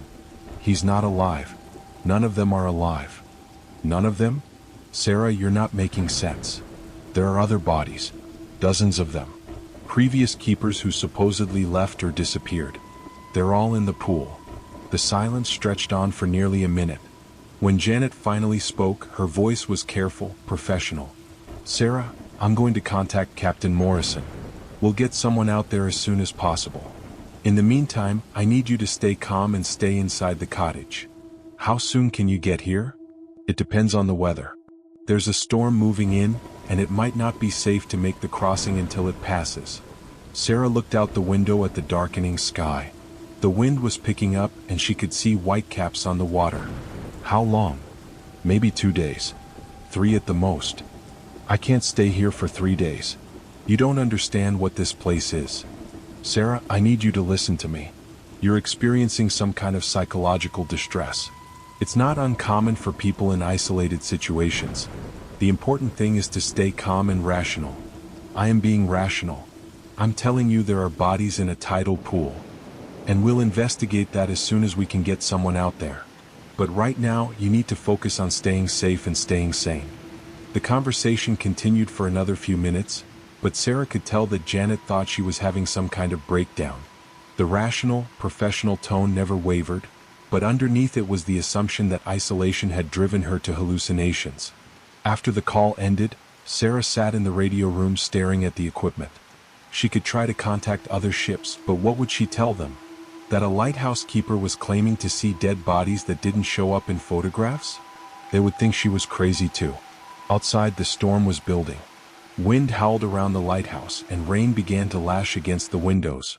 Sarah realized with growing dread that she was going to be trapped on the island for at least 2 more days, possibly longer. That night, the singing was louder than ever. The singing began just after midnight, rising above the sound of wind and rain like a chorus of sirens. Sarah had prepared as best she could, earplugs, headphones, even cotton balls soaked in wax. But nothing could completely block out the haunting melody. She huddled in the living room with every light in the cottage blazing, Thomas's journal clutched in her hands. The storm outside was fierce, but the real danger was the music drifting in from the water. She could feel it tugging at her consciousness, trying to pull her toward the door. Don't listen, she told herself. It's not real. It's some kind of auditory hallucination brought on by stress and isolation. But the singing was so beautiful, so perfectly harmonized. It spoke of peace and belonging, of an end to fear and loneliness. Part of her wanted to give in, to open the door and follow the music to its source. The storm reached its peak around 2 a.m. Lightning flashed constantly, illuminating the churning water and the rain-lashed rocks. In the brief moments of illumination, Sarah could see shapes moving in the water. Not the random motion of waves, but deliberate, purposeful movement. She pressed her face against the window, trying to see more clearly. The shapes were humanoid, dozens of them, moving through the water with impossible grace. They seemed to be dancing to the rhythm of the singing, their pale forms weaving patterns in the dark water. One of them looked up at the cottage, and Sarah saw Thomas's face. He was smiling, his expression peaceful and content. He raised one hand in greeting, as if inviting her to join him. Sarah jerked back from the window, her heart racing. The singing continued, growing stronger and more insistent. She could feel her resolve weakening, her rational mind being overwhelmed by the beauty of the music. She forced herself to read more of Thomas's journal, focusing on his words to maintain her grip on reality. April 28th, The storm is getting worse, but that's not what frightens me. It's the way the singing affects my thoughts. I find myself planning how to get to the water, imagining how peaceful it would be to sink beneath the waves. The rational part of my mind knows this is madness, but the music makes it seem like the most natural thing in the world. I've been researching the history of this place and I think I understand what's happening. The island is some kind of trap, a supernatural snare that feeds on human life. The lighthouse isn't here to guide ships to safety, it's here to lure them closer to the rocks. The singing isn't random. It corresponds to the tide cycles and the phases of the moon. Tonight is a new moon, and the tide is at its lowest point. The conditions are perfect for whatever this thing is to feed. Sarah looked at the calendar on the wall. Tonight was indeed a new moon, and the tide tables confirmed that low tide was at 3:17 a.m. She had maybe an hour before the singing reached its peak. She tried to distract herself by focusing on practical matters. The lighthouse needed to be maintained even during the storm. The light rotation was still functioning, but the lens would need to be cleaned of rain and salt spray. The routine maintenance might help keep her mind occupied. But as she climbed the stairs to the lamp room, the singing seemed to get louder. The sound was coming from directly below the lighthouse, as if the singers were gathered around the base of the tower. Sarah looked down through the rain-streaked windows and saw them clearly for the first time. They were the missing keepers, dozens of them, standing in the churning water around the lighthouse. Their clothes were tattered and waterlogged, their skin pale and translucent. They were all singing, their mouths open in perfect harmony, their eyes fixed on the light above. And standing at the front of the group, conducting the otherworldly choir, was Thomas Whitmore. The revelation hit Sarah like a physical blow. The lighthouse wasn't protecting ships from the rocks. It was luring them toward whatever supernatural force had claimed the island. The keepers weren't guardians of maritime safety. They were unwilling servants of something ancient and hungry. She stumbled down the stairs, her mind reeling. Everything she thought she knew about her job, about her purpose, was a lie. The Maritime Authority had to know the truth. They had to be complicit in whatever was happening here. The radio. She had to try to contact someone else, someone who might listen to her. But when she reached the radio room, she found that the equipment was dead. The storm had apparently knocked out the antenna, or perhaps something more deliberate had interfered with the signal. The singing was reaching a crescendo now, and Sarah could feel its pull more strongly than ever. Her legs felt heavy as if she was walking through water. Her thoughts became sluggish and dreamlike. The cottage door seemed to be calling to her, promising relief from the fear and confusion. She grabbed Thomas's journal and flipped to the final entries, desperate for guidance. May 1st, I understand now. The lighthouse isn't really a lighthouse at all. It's a beacon, but not for ships. It's a beacon for something else, something that lives in the deep water beyond the island. The light calls to it, and it answers by sending its servants to collect more food. The keepers don't really keep the light. The light keeps the keepers. We're prisoners here, and when we finally break, when we can't resist the singing anymore, we join the others in the water. And then we help to lure the next keeper to the same fate. I can see them now, all the previous keepers standing in the water around the lighthouse. They're singing, calling to me, promising me peace. And God help me, I want to go to them. I want to stop fighting. If someone finds this journal, you have to destroy the lighthouse. Not just turn off the light, destroy it completely. Burn it down, blow it up, do whatever you have to do. It's the only way to stop the cycle. I'm going to try to resist for as long as I can, but I can feel my will breaking. The singing is so beautiful, so peaceful. Maybe it wouldn't be so bad to give in, to join the others. I'm sorry. I'm so sorry. I tried to fight, but it's too strong. The final entry was barely legible, the handwriting shaky and desperate. Sarah realized that Thomas had probably written it moments before he walked into the water, moments before he joined the chorus of the damned. But he had given her the answer. The lighthouse had to be destroyed. Sarah looked around the cottage, taking inventory of anything that might be useful. The propane tanks for the stove and heater could serve as explosives if she could figure out how to detonate them. There were cleaning supplies that might be flammable, and the lighthouse itself ran on a diesel generator that might have enough fuel to start a significant fire. But first, she had to resist the singing long enough to carry out her plan. The music was getting stronger, and she could feel her resolve weakening with each passing moment. She needed something to focus on, something to keep her mind occupied. She found it in the lighthouse maintenance manual. The detailed technical specifications and procedures were dry and complex enough to require her full attention. She forced herself to read every word, to understand every system, while she planned her assault on the structure. The lighthouse was built of stone and steel, designed to withstand the worst weather the ocean could throw at it. But it had vulnerable points. The fuel lines for the generator, the electrical systems, the wooden staircase that connected the lamp room to the base. If she could create a fire in the right location, the whole structure might go up. Outside, the storm was beginning to weaken, but the singing was growing stronger. Sarah could see more figures in the water now, not just the missing keepers but other shapes as well. Things that had never been human, creatures from the deep water that had been drawn to the island by decades of sacrifice. She worked quickly, gathering supplies and planning her route through the lighthouse. The propane tanks would go in the generator room, where the fuel lines and electrical systems were most vulnerable. The cleaning supplies would be spread throughout the wooden staircase, creating a trail of fire that would consume the entire interior. But as she worked, doubt crept in. What if destroying the lighthouse didn't stop the singing? What if it just made the creatures angry? What if she was wrong about everything and she was just a woman having a psychotic break in an isolated location? The singing answered her doubts. It was definitely getting stronger, and it was definitely coming from the water. Whatever was happening on Whitmore Point, it was real and it was dangerous. She had to act, even if she wasn't completely sure of the consequences. She grabbed the first propane tank and headed for the lighthouse, the singing growing louder with each step. The interior of the lighthouse was a spiral of stone stairs and metal platforms, lit by emergency lighting that cast everything in harsh shadows. Sarah had climbed these stairs dozens of times during her routine maintenance, but tonight they felt different. The air was thick and oppressive, and every sound seemed to echo with supernatural resonance. She reached the generator room at the base of the tower and began setting up the propane tanks.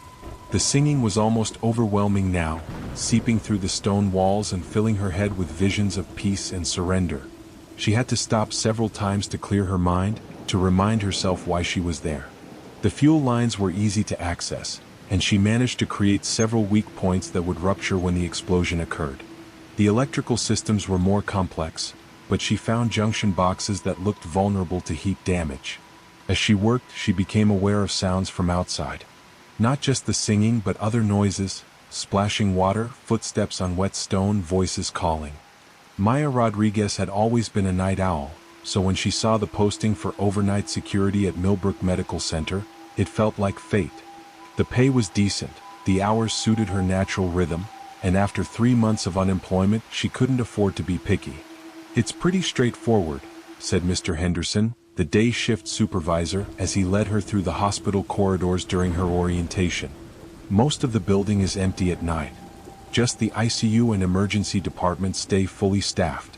Your job is to patrol the other floors, check doors, monitor the security cameras, and respond to any alarms." Maya nodded, taking mental notes as they walked. The hospital was older than she'd expected, with long corridors lined with outdated fluorescent lighting and that distinctive antiseptic smell that seemed to cling to everything. "What kind of alarms?" she asked. "Oh, the usual. Motion sensors, door alarms, fire safety systems. Nothing too complicated. We had some issues with homeless people trying to sleep in the abandoned wings, but that's mostly died down." Henderson paused at a heavy metal door marked, "Authorized personnel only." "This leads to the old psychiatric wing. It's been closed for about 5 years now, but we still need to check it twice per shift." Something about the way he said it made Maya uneasy. Why was it closed? Budget cuts mostly. The state moved all the long-term patients to other facilities. He handed her a key ring heavy with dozens of keys. "Don't worry about memorizing them all tonight. You'll figure out which ones you need as you go." The tour continued through the main hospital floors. Maya saw the usual mix of patient rooms, nurses' stations, and medical equipment that she expected. Everything seemed normal if a bit outdated. The night shift would officially start at 11 p.m., giving her time to grab dinner and prepare mentally for her first night alone in the building. "One more thing," Henderson said as they returned to the security office. "We've had a few false alarms lately.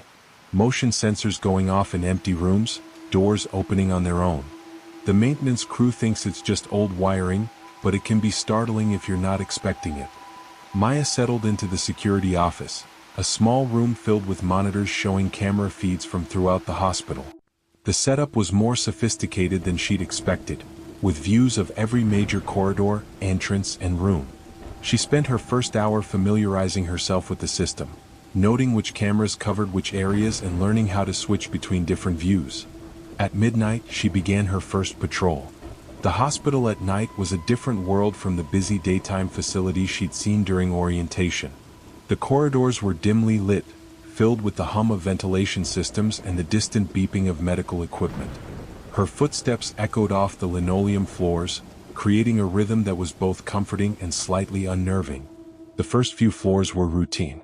She checked doors, noted the locations of night staff, and confirmed that all the security systems were functioning properly. It was peaceful work, almost meditative. Maya began to think she might actually enjoy this job. It was on the fourth floor that she first noticed something odd. The corridor was empty as expected, but one of the patient rooms had its door slightly ajar. Maya consulted her checklist. All doors were supposed to be closed and locked.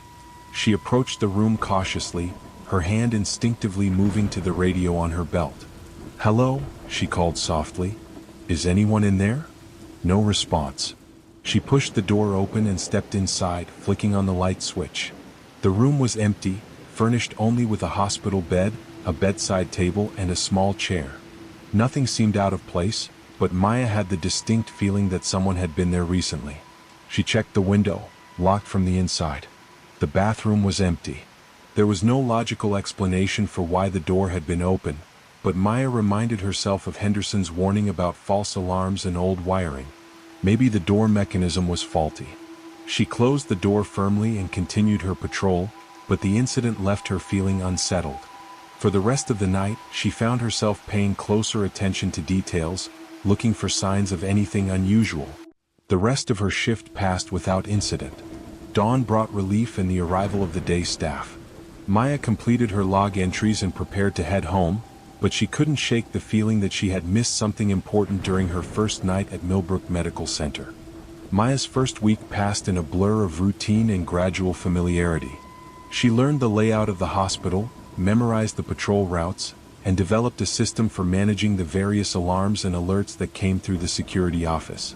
The work was exactly what she'd hoped for: quiet, structured, and largely solitary. She began to appreciate the peaceful atmosphere of the night shift. During the day, hospitals were chaotic places filled with stressed families, busy medical staff, and the constant urgency of life and death situations. But at night, the building settled into a different rhythm.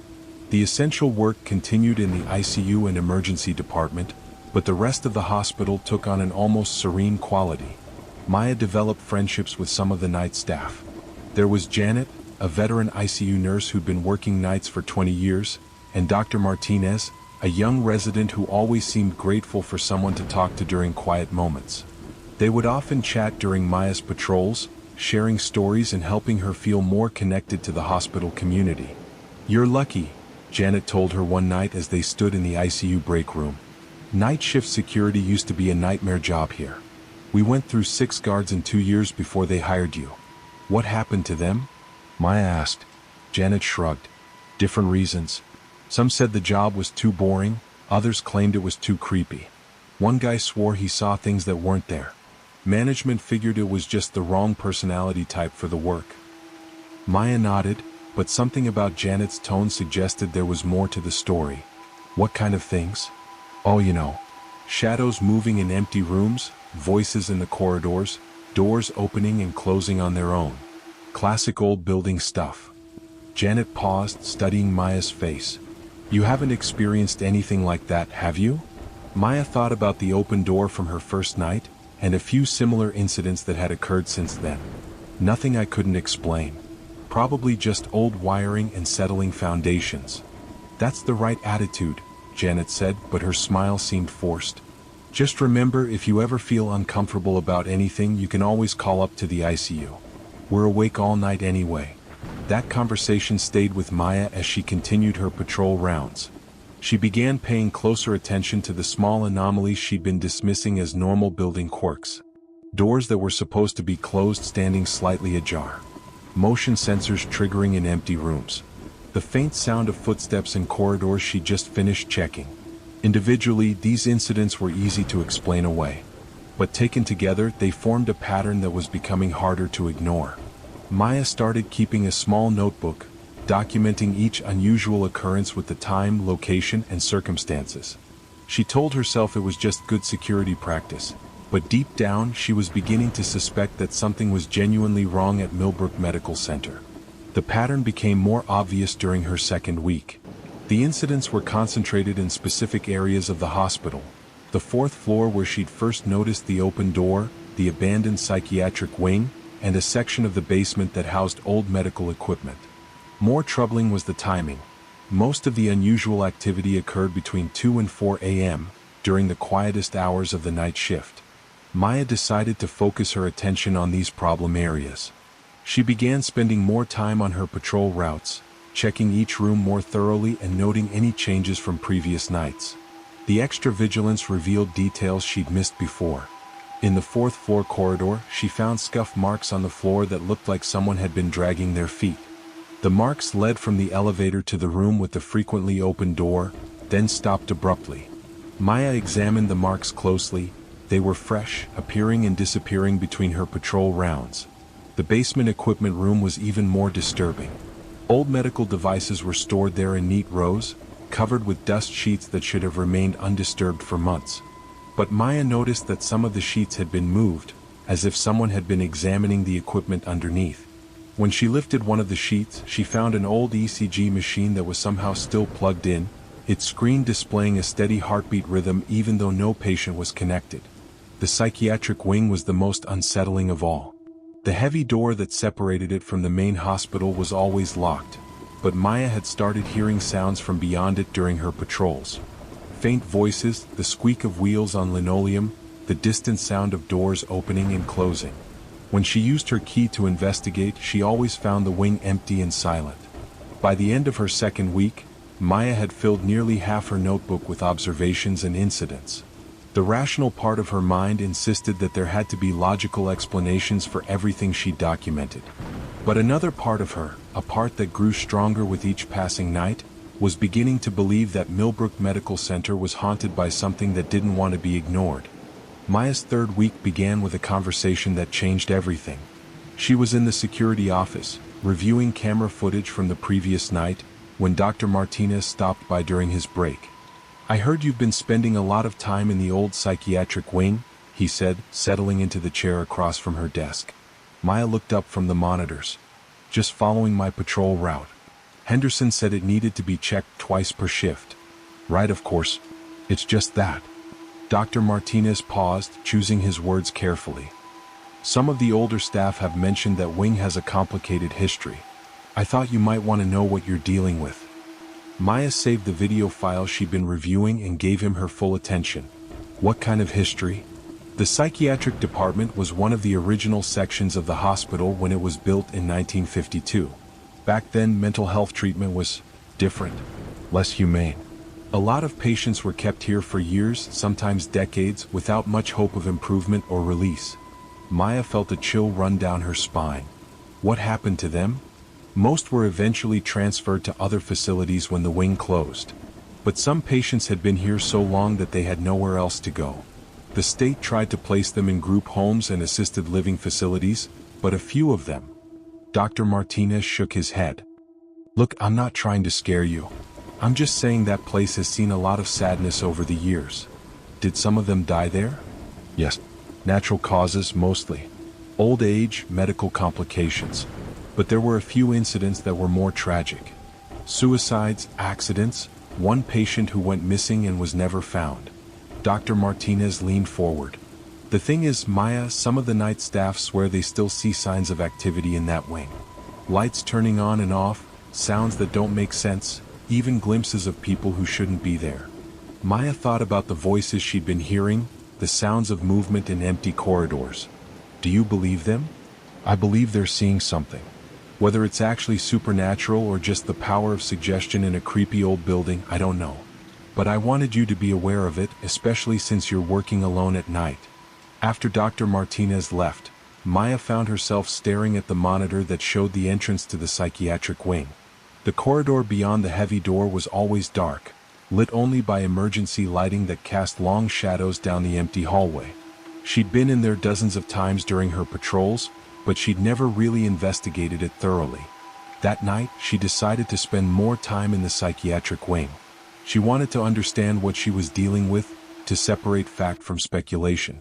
Armed with her flashlight and a small digital camera, she unlocked the heavy door and stepped into the abandoned section of the hospital. The psychiatric wing was laid out differently from the rest of the hospital. Instead of the wide corridors and spacious rooms of the modern sections, this area had narrow hallways lined with small rooms that had once housed patients. Many of the doors had small windows reinforced with wire mesh, and some still had patient nameplates attached. Maya walked slowly down the central corridor, her flashlight beam illuminating details she'd never noticed before. The walls were painted in faded institutional colors, pale green and cream yellow that had probably been cheerful once but now looked sickly under the fluorescent emergency lighting. The floor was covered with the same linoleum she'd seen throughout the hospital, but here it was cracked and worn, showing decades of use. She stopped at one of the patient rooms and peered through the wire mesh window. The room was small and sparse, containing only a metal bed frame and a small sink. On the wall above the bed, someone had scratched words into the paint, "Help me." Maya felt her heart rate increase. She tried the door handle, locked. She checked her key ring and found a key that fit, then slowly opened the door and stepped inside. The room was exactly as it had appeared through the window, but standing in the space made the reality of what had happened here more immediate. This had been someone's home for months or maybe years. Someone who had been desperate enough to scratch a plea for help into the wall. She photographed the scratched message, then continued her exploration. Room after room revealed similar details. Personal items left behind, messages scratched into walls, signs of the human lives that had once filled this space. Maya began to understand why the wing might feel haunted. The emotional weight of so much suffering seemed to linger in the very walls. It was in the day room at the end of the corridor that she found something truly disturbing. This larger space had once been used for group activities and meals. Tables and chairs were stacked against the walls, covered with dust sheets. But in the center of the room, someone had arranged a circle of chairs around a small table, as if preparing for a meeting. Maya approached the arrangement cautiously. The chairs were old but clean, as if they'd been recently moved. On the table was a manila folder containing what appeared to be patient files. She opened the folder and found records for several patients who had been treated in the psychiatric wing during its final years of operation. The files made for disturbing reading. They documented cases of severe mental illness, failed treatments, and gradual deterioration. But what caught Maya's attention was a pattern in the records. Several patients had reported seeing visitors in their rooms at night, people who weren't staff members or other patients, but who seemed to be watching them. One file in particular stood out. It belonged to a patient named Eleanor Hartwell, who had been admitted in 1998 for severe depression following the death of her family in a car accident. According to the records, Eleanor had become increasingly agitated during her stay, claiming that her dead family members were visiting her at night. She had begged the staff to move her to a different room, but her requests had been dismissed as hallucinations. Eleanor's file ended abruptly in 2003 with a single note: "Patient missing. Security alerted.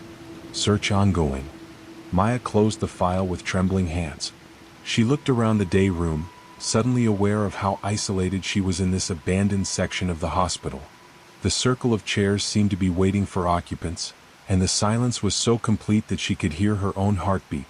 She gathered the files and headed back toward the entrance, but as she reached the corridor, she heard something that made her freeze. It was the sound of a door opening, followed by slow footsteps on the linoleum floor. Maya turned off her flashlight and stood perfectly still, listening. The footsteps were coming from deeper in the wing, moving slowly but deliberately down the corridor.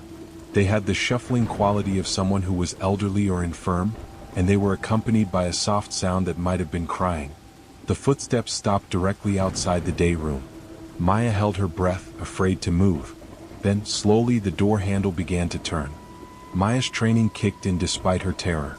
She turned on her flashlight and aimed it at the door, her other hand reaching for the radio on her belt. The door swung open slowly, revealing an empty corridor beyond.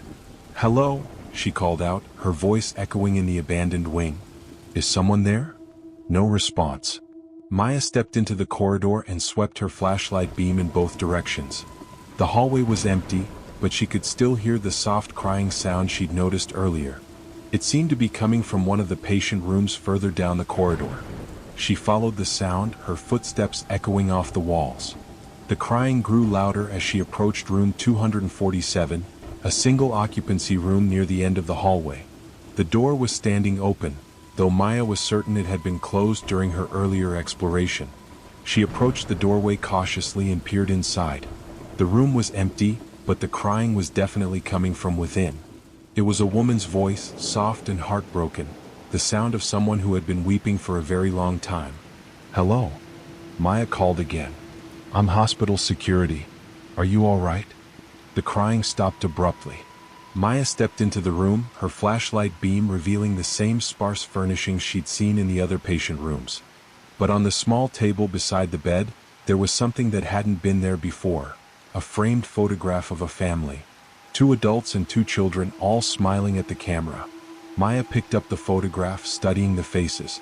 The woman in the picture looked familiar, though she couldn't place where she might have seen her before. The family appeared happy and normal, the kind of people you might see at a school event or grocery store. A sound behind her made her turn around. Standing in the doorway was a woman in a faded hospital gown, her hair unkempt and her face streaked with tears. She was translucent, like a reflection in water, and Maya could see the corridor wall through her body. "They're gone," the woman said, her voice barely above a whisper. "My family. They're all gone." Maya's heart was pounding so hard she could barely think.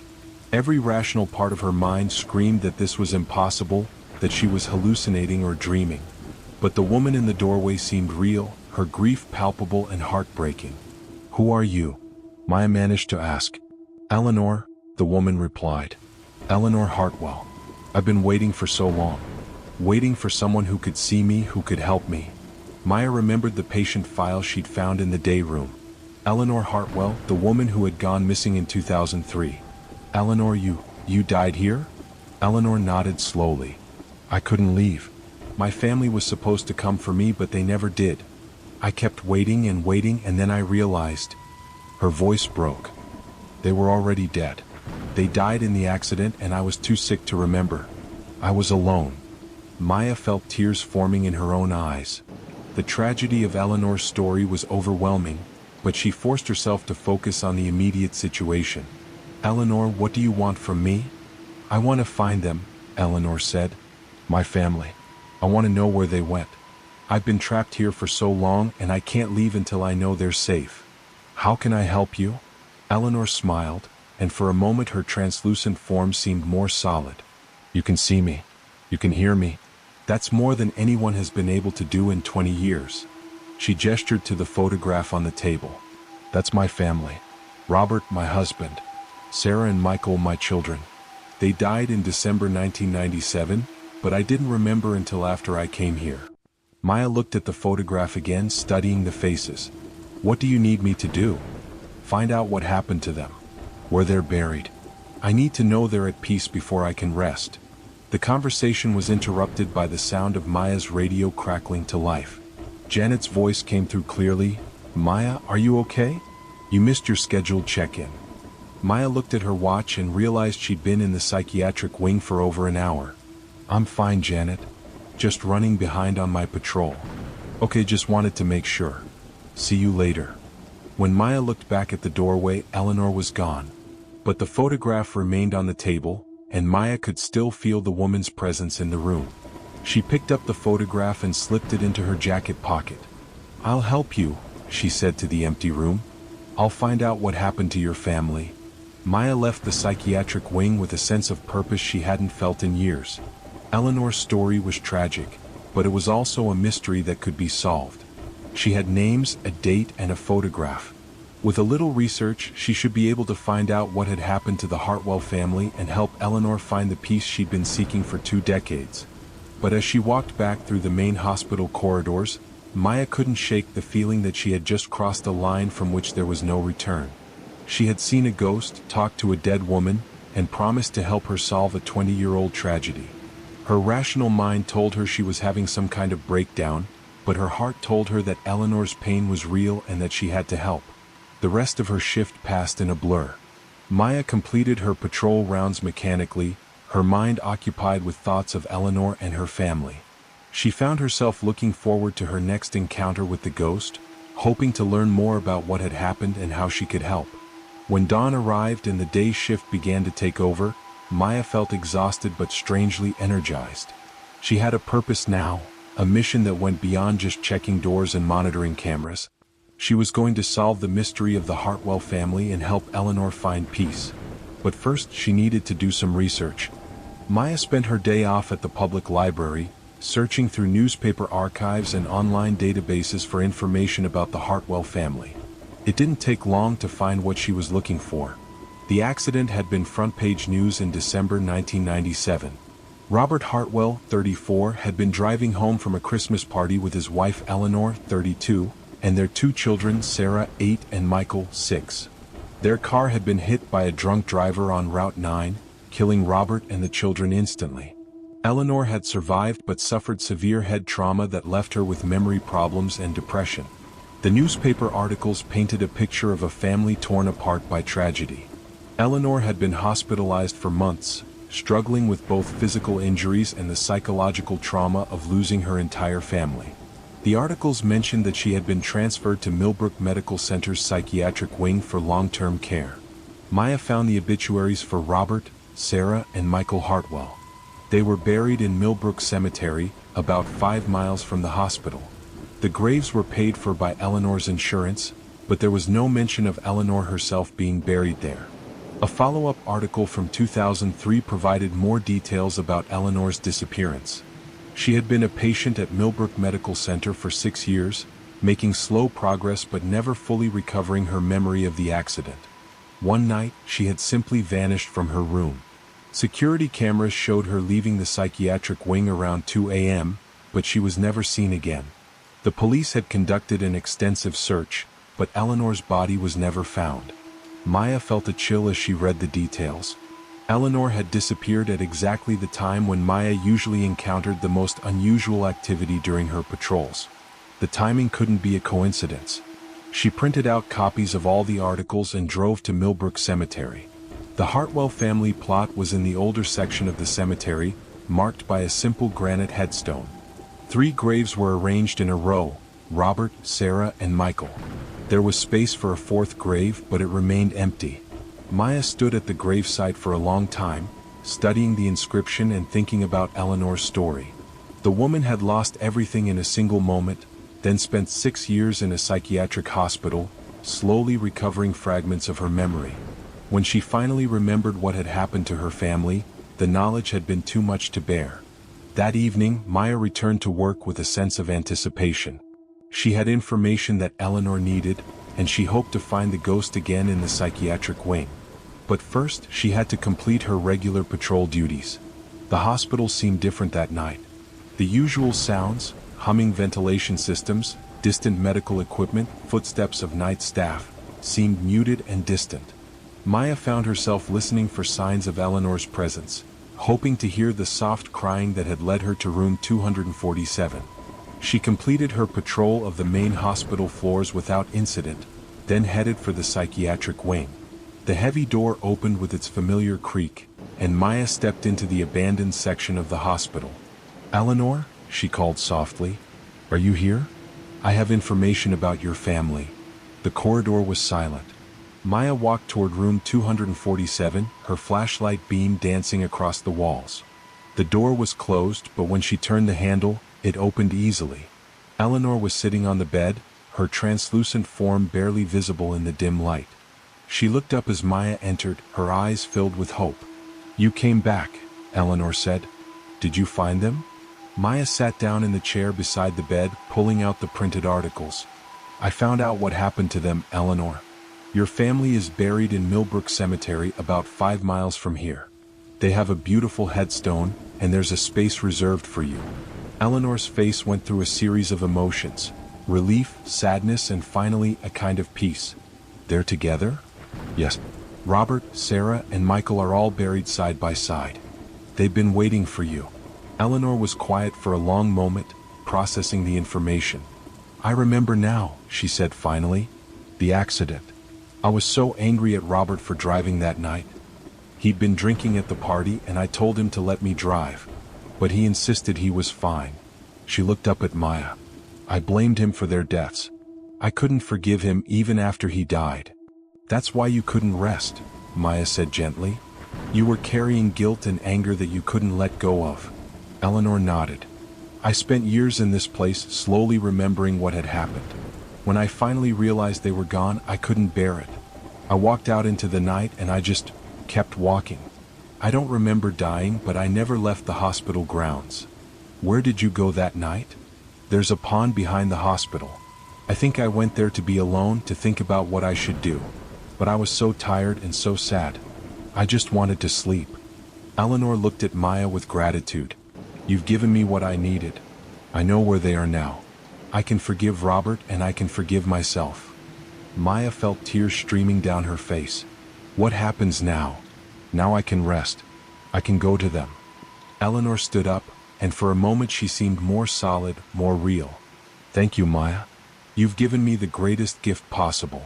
The room filled with a soft, warm light. Eleanor's form began to fade, but her smile remained bright and peaceful. Take care of yourself, she said, and don't be afraid of what you can do. There are others who need your help. The light faded and Eleanor was gone. Maya sat in the empty room for a long time, feeling both exhausted and fulfilled. She had helped a lost soul find peace, and in doing so she had discovered something about herself. She could see and communicate with spirits, and apparently she wasn't the only one who needed her help. As she walked back through the psychiatric wing, Maya noticed that the atmosphere had changed.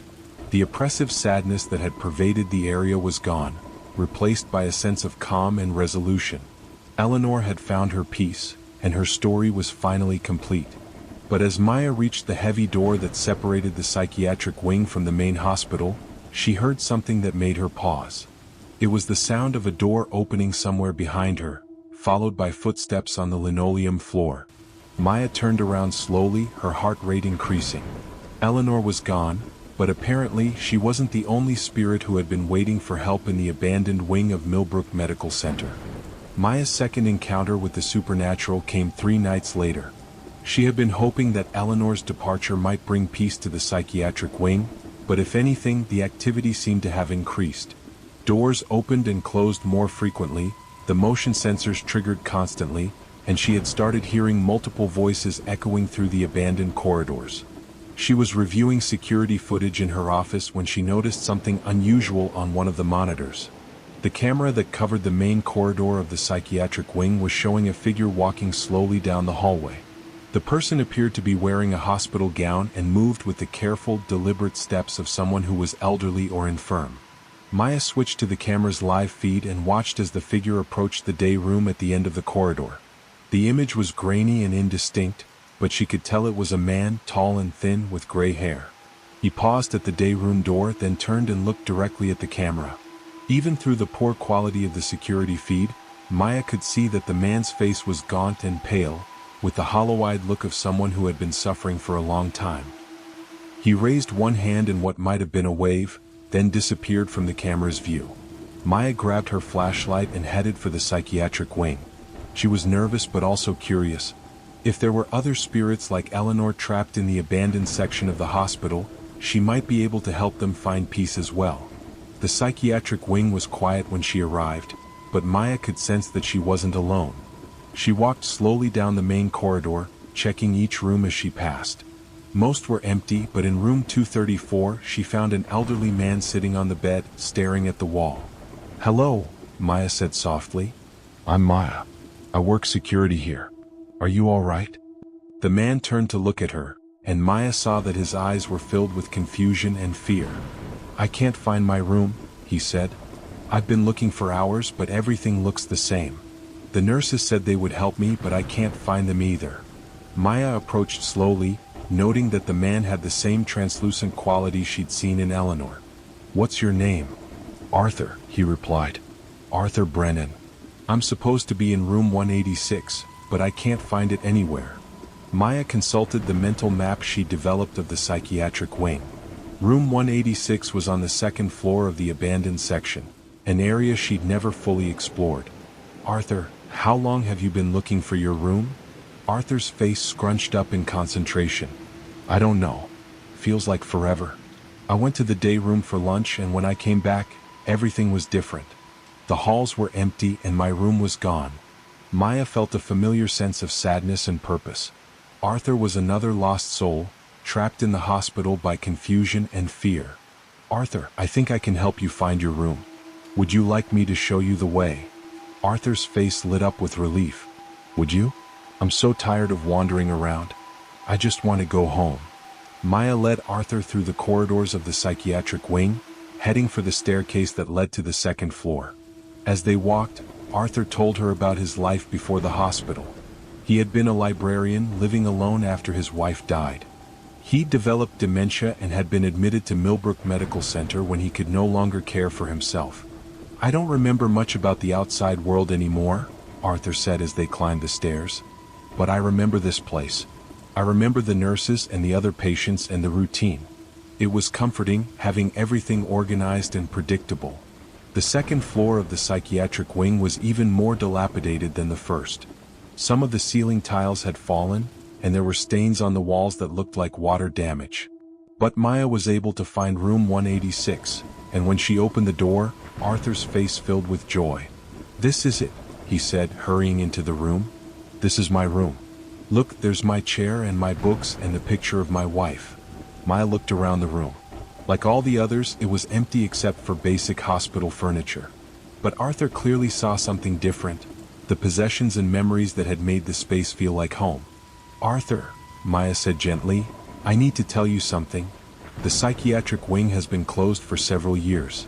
The patients were all transferred to other facilities. Arthur looked at her with confusion. But I'm still here. I've been here all along. I know. But Arthur, I think you died here.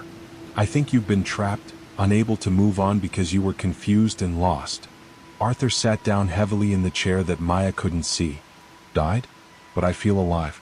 I feel like myself. Your spirit is still here, Maya explained. You're holding on to this place because it felt safe and familiar. But it's time to let go. Your wife is waiting for you. Arthur was quiet for a long moment. Margaret? She's waiting for me? Yes. She's been waiting for you to join her. But you have to let go of this place first. Arthur looked around the room one more time, then nodded slowly. I've been so afraid. Afraid of forgetting, afraid of being lost. But maybe it's time to stop being afraid. As with Eleanor, the room filled with a soft, warm light. Arthur's form began to fade, but his expression was peaceful and content. Thank you, he said. I couldn't have found my way without you. The light faded and Arthur was gone. Maya stood in the empty room, feeling the same sense of fulfillment she'd experienced after helping Eleanor. But she also felt a growing weight of responsibility. If there were 2 spirits trapped in the psychiatric wing, there were probably more. Over the following weeks, Maya encountered 7 more spirits in the abandoned section of the hospital. Each had their own story, their own reason for being unable to move on. There was Margaret, a young woman who had died during a suicide attempt and was waiting for her mother to forgive her. There was James and... Over the following weeks, Maya encountered 7 more spirits in the abandoned section of the hospital. Each had their own story, their own reason for being unable to move on. There was Margaret, a young woman who had died during a suicide attempt and was waiting for her mother to forgive her. There was James, an elderly man who had succumbed to pneumonia but refused to leave because he believed his grandson would visit him. There was Linda, a middle-aged woman who had died of a heart attack and was convinced her husband needed her to take care of him. Each spirit required patience and understanding. Maya learned to listen to their stories, to help them confront their fears and regrets, and to guide them toward acceptance. It was emotionally draining work, but she found it deeply meaningful. Margaret had been the most difficult to help. She had taken her own life at 19, overwhelmed by depression and the pressures of college. Her spirit was filled with shame and self-loathing, convinced that her mother would never forgive her for what she had done. She probably hates me, Margaret whispered when Maya found her in room 201, curled up in a corner that existed only in her memory. I destroyed her life. I'm a coward. Maya sat beside her, feeling the cold that emanated from the young woman's anguish. Tell me about your mother. What was she like? She was everything to me. She worked 2 jobs to put me through school. She sacrificed so much and I threw it all away. Margaret's voice broke. I couldn't handle the pressure. I couldn't be what she needed me to be. Do you think your mother would want you to suffer like this? To be trapped here, punishing yourself? Margaret looked up with hollow eyes. She'd want me to be alive. She'd want me to have tried harder. Maya reached out, wishing she could offer physical comfort. Your mother loved you. That doesn't stop because you're gone. Love doesn't work that way. She would want you to find peace, not to torture yourself for eternity. It took several visits before Margaret was ready to let go. Maya helped her understand that her mother's grief came from love, not hatred, and that holding on to guilt wouldn't bring her back or ease her mother's pain. When Margaret finally accepted this truth, the same warm light appeared, and she faded with a whisper of, "Tell her I'm sorry and that I love her." James had been easier to help once Maya understood his situation. He had died waiting for his grandson to visit, but the young man had been deployed overseas with the military and hadn't been able to make it home in time. James's spirit was convinced that if he just waited long enough, his grandson would come. He's a good boy, James told Maya as they sat in what had been the recreation room. He's serving his country. He wanted to be here, but duty calls. Maya gently explained that his grandson had eventually made it home, had grieved for him, and had gone on to live a full life. He honored you by serving just like you taught him. He knows you would have been proud. He's all right? He's happy. He's more than all right. He named his son after you. Your legacy lives on through him. James smiled, his weathered face peaceful. Little James. I'd like to meet him someday. Maybe you will, Maya said softly. But not here. Not like this. Linda's story was perhaps the most heartbreaking. She had died suddenly of a heart attack at 52, leaving behind a husband who had become dependent on her care. He had early-stage Alzheimer's, and Linda was convinced he couldn't survive without her. He forgets to eat, Linda said, pacing anxiously around room 156. He forgets to take his medication. He gets lost in his own house. How can I leave him like that? Maya spent hours with Linda, helping her understand that her husband was being cared for by their daughter and a home health aide. He's not alone, Maya assured her. Your daughter visits him every day. She's making sure he's safe and comfortable. But I promise to take care of him. In sickness and in health until death do us part. You did take care of him, Linda. You took care of him for 30 years. Death did part you, but that doesn't mean you failed. It means your earthly obligations are complete. Linda's acceptance came gradually, through many conversations about love, duty, and the nature of letting go. When she finally understood that her husband would be all right without her, she smiled through her tears. He was a good man, she said. I hope he knows I loved him. He knows, Maya whispered as Linda faded into the light. After helping the ninth spirit move on, Maya found herself alone in the psychiatric wing for the first time in months. The silence felt different now, not oppressive but peaceful. She had become something she never expected to be, a guardian of the threshold between life and death, a guide for lost souls. But as she prepared to leave the abandoned wing, she heard something that made her blood run cold. It was the sound of a child crying, echoing from somewhere deep in the basement levels of the hospital. Maya had thought she was finished with this work, but it seemed the hospital had one more secret to reveal. Taking a deep breath, Maya headed for the basement stairs, her flashlight cutting through the darkness. The crying grew louder as she descended, and she realized with growing dread that her most difficult case might be waiting for her in the depths below. The basement of Millbrook Medical Center was a maze of storage rooms, maintenance areas, and forgotten spaces. The crying seemed to come from everywhere and nowhere, echoing off the concrete walls in a way that made it impossible to pinpoint its source. Maya followed the sound deeper into the labyrinth, her heart heavy with the knowledge that a child's spirit was trapped down here, alone and afraid. As she turned a corner, her flashlight beam revealed a small figure huddled against the wall. It was a little girl, no more than 7 years old, wearing a hospital gown that seemed to glow with its own pale light. She looked up at Maya with wide, frightened eyes. "Hello," Maya said softly, crouching down to the child's level. "What's your name, sweetheart?" The little girl stopped crying and stared at Maya with wonder. "You can see me?" "Yes, I can see you. I'm Maya. I'm here to help." "I'm Sarah," the girl whispered. "I've been waiting for my mommy and daddy. They said they'd come back for me, but they haven't come. I've been waiting so long."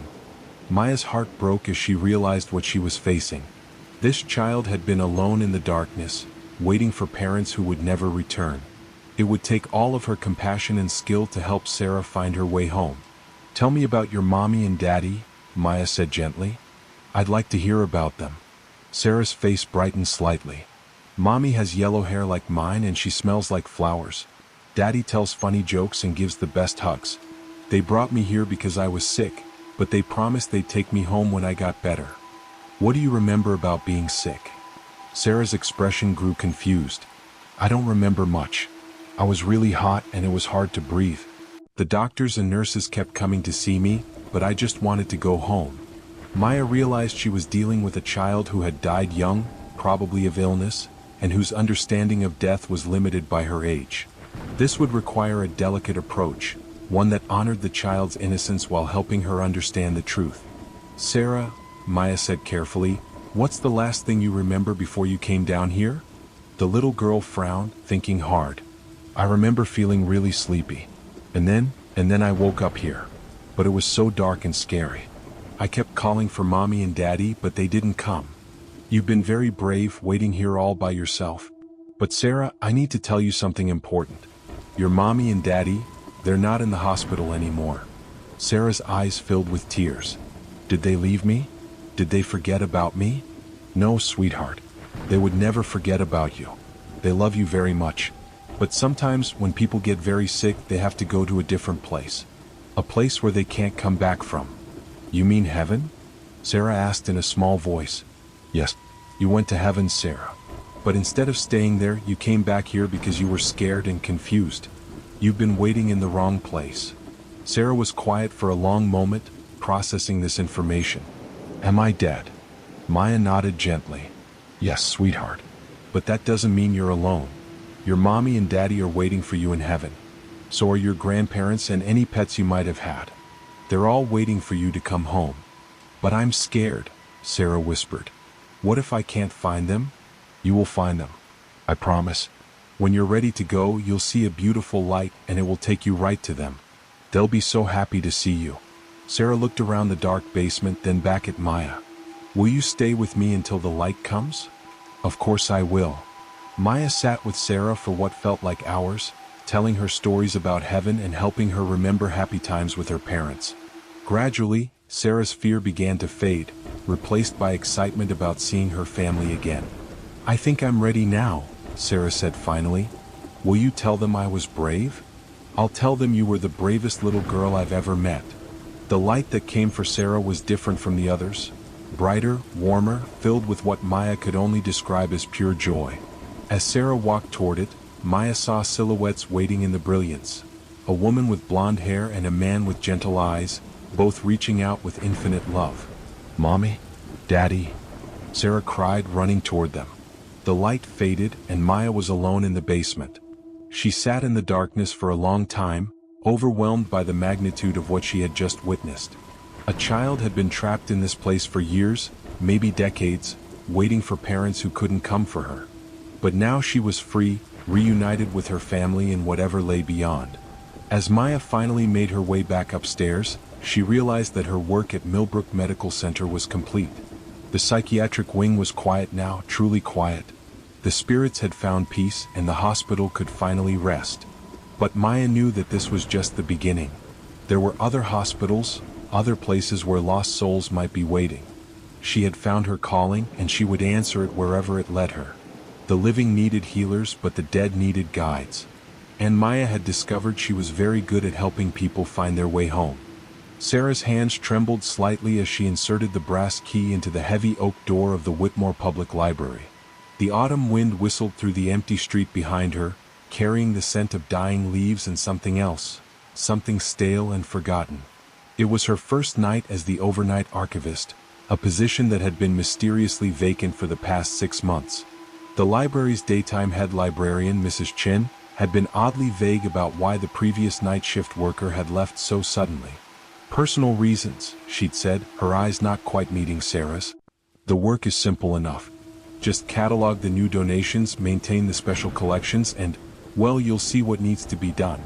Sarah pushed open the door and stepped into the familiar embrace of old books and polished wood.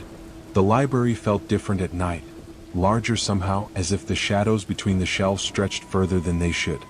Her footsteps echoed in the main hall as she made her way to the circulation desk, where Mrs. Chin had left a manila folder with her instructions. She flicked on the reading lamp and opened the folder. The first page was standard enough, a floor plan of the library, emergency contact numbers, and basic procedures. But as she flipped through the pages, her brow furrowed. There were strange notations in the margins, written in different handwriting than the typed instructions. 3rd floor after midnight, approach with caution. If you hear typing from the basement, do not investigate. The card catalog in room 7, never touch the cards marked with red ink. Sarah laughed nervously to herself. Clearly, the previous night workers had quite the imagination. She crumpled up the page with the strange notes and tossed it into the wastebasket. She was here to work, not to be frightened by someone's idea of a practical joke. The first few hours passed uneventfully. Sarah worked her way through a stack of donated books, checking them against the catalog and assigning them call numbers. The silence was broken only by the occasional settling of the old building and the distant hum of the heating system. She found the work oddly soothing. There was something comforting about the methodical process of organizing knowledge. Around 11:30, she decided to explore the building more thoroughly. Mrs. Chen had mentioned that part of her duties would involve checking the security of the rare books collection on the 3rd floor. Sarah had never been up there during her previous visits as a patron, and she was curious about what treasures the library might hold. The elevator creaked as it carried her to the 3rd floor, and she noticed that the button for the basement was covered with a small piece of electrical tape. Another strange detail to add to her growing list of oddities about this place. The 3rd floor was dimly lit by a few emergency lights, casting long shadows between the tall stacks. The rare books collection was housed in a climate-controlled room behind a heavy door marked "Authorized Personnel Only." Sarah used her new key to enter, and her breath caught as she saw the rows of ancient volumes, some dating back centuries. She walked slowly between the shelves, reading the spine labels in the dim light. Medieval manuscripts, first editions of classic literature, and historical documents that she'd only heard about in her library science courses. It was like stepping into a treasure trove of human knowledge. But as she reached the far end of the room, she noticed something that made her pause. One of the reading tables had a book lying open on it, as if someone had been studying it recently. The pages were yellowed with age, and the text was written in an ornate script that she couldn't quite make out in the low light. Sarah approached the table cautiously. The book was enormous, easily twice the size of a normal volume, and the leather binding was so old it had turned nearly black. She leaned closer to read the title, embossed in faded gold letters, "The Compendium of Whispered Truths." A chill ran down her spine as she read the open pages. The text seemed to shift and blur as she looked at it, as if the words themselves were moving. She blinked hard and looked again, but the sensation remained. The writing appeared to be some kind of historical account, but the subject matter was disturbing. References to disappearances, to voices in the walls, to knowledge that shouldn't be known. She was about to close the book when she heard it, a faint tapping sound like someone typing on an old typewriter. It was coming from somewhere below her, possibly from the basement. Sarah's hands froze on the book's pages as she remembered the strange notation she'd dismissed earlier. "If you hear typing from the basement, do not investigate." Sarah stood perfectly still, listening. The typing continued, a steady rhythm that seemed to echo up through the floors of the building. Tap tap tap tap. Boss. Tap tap tap tap.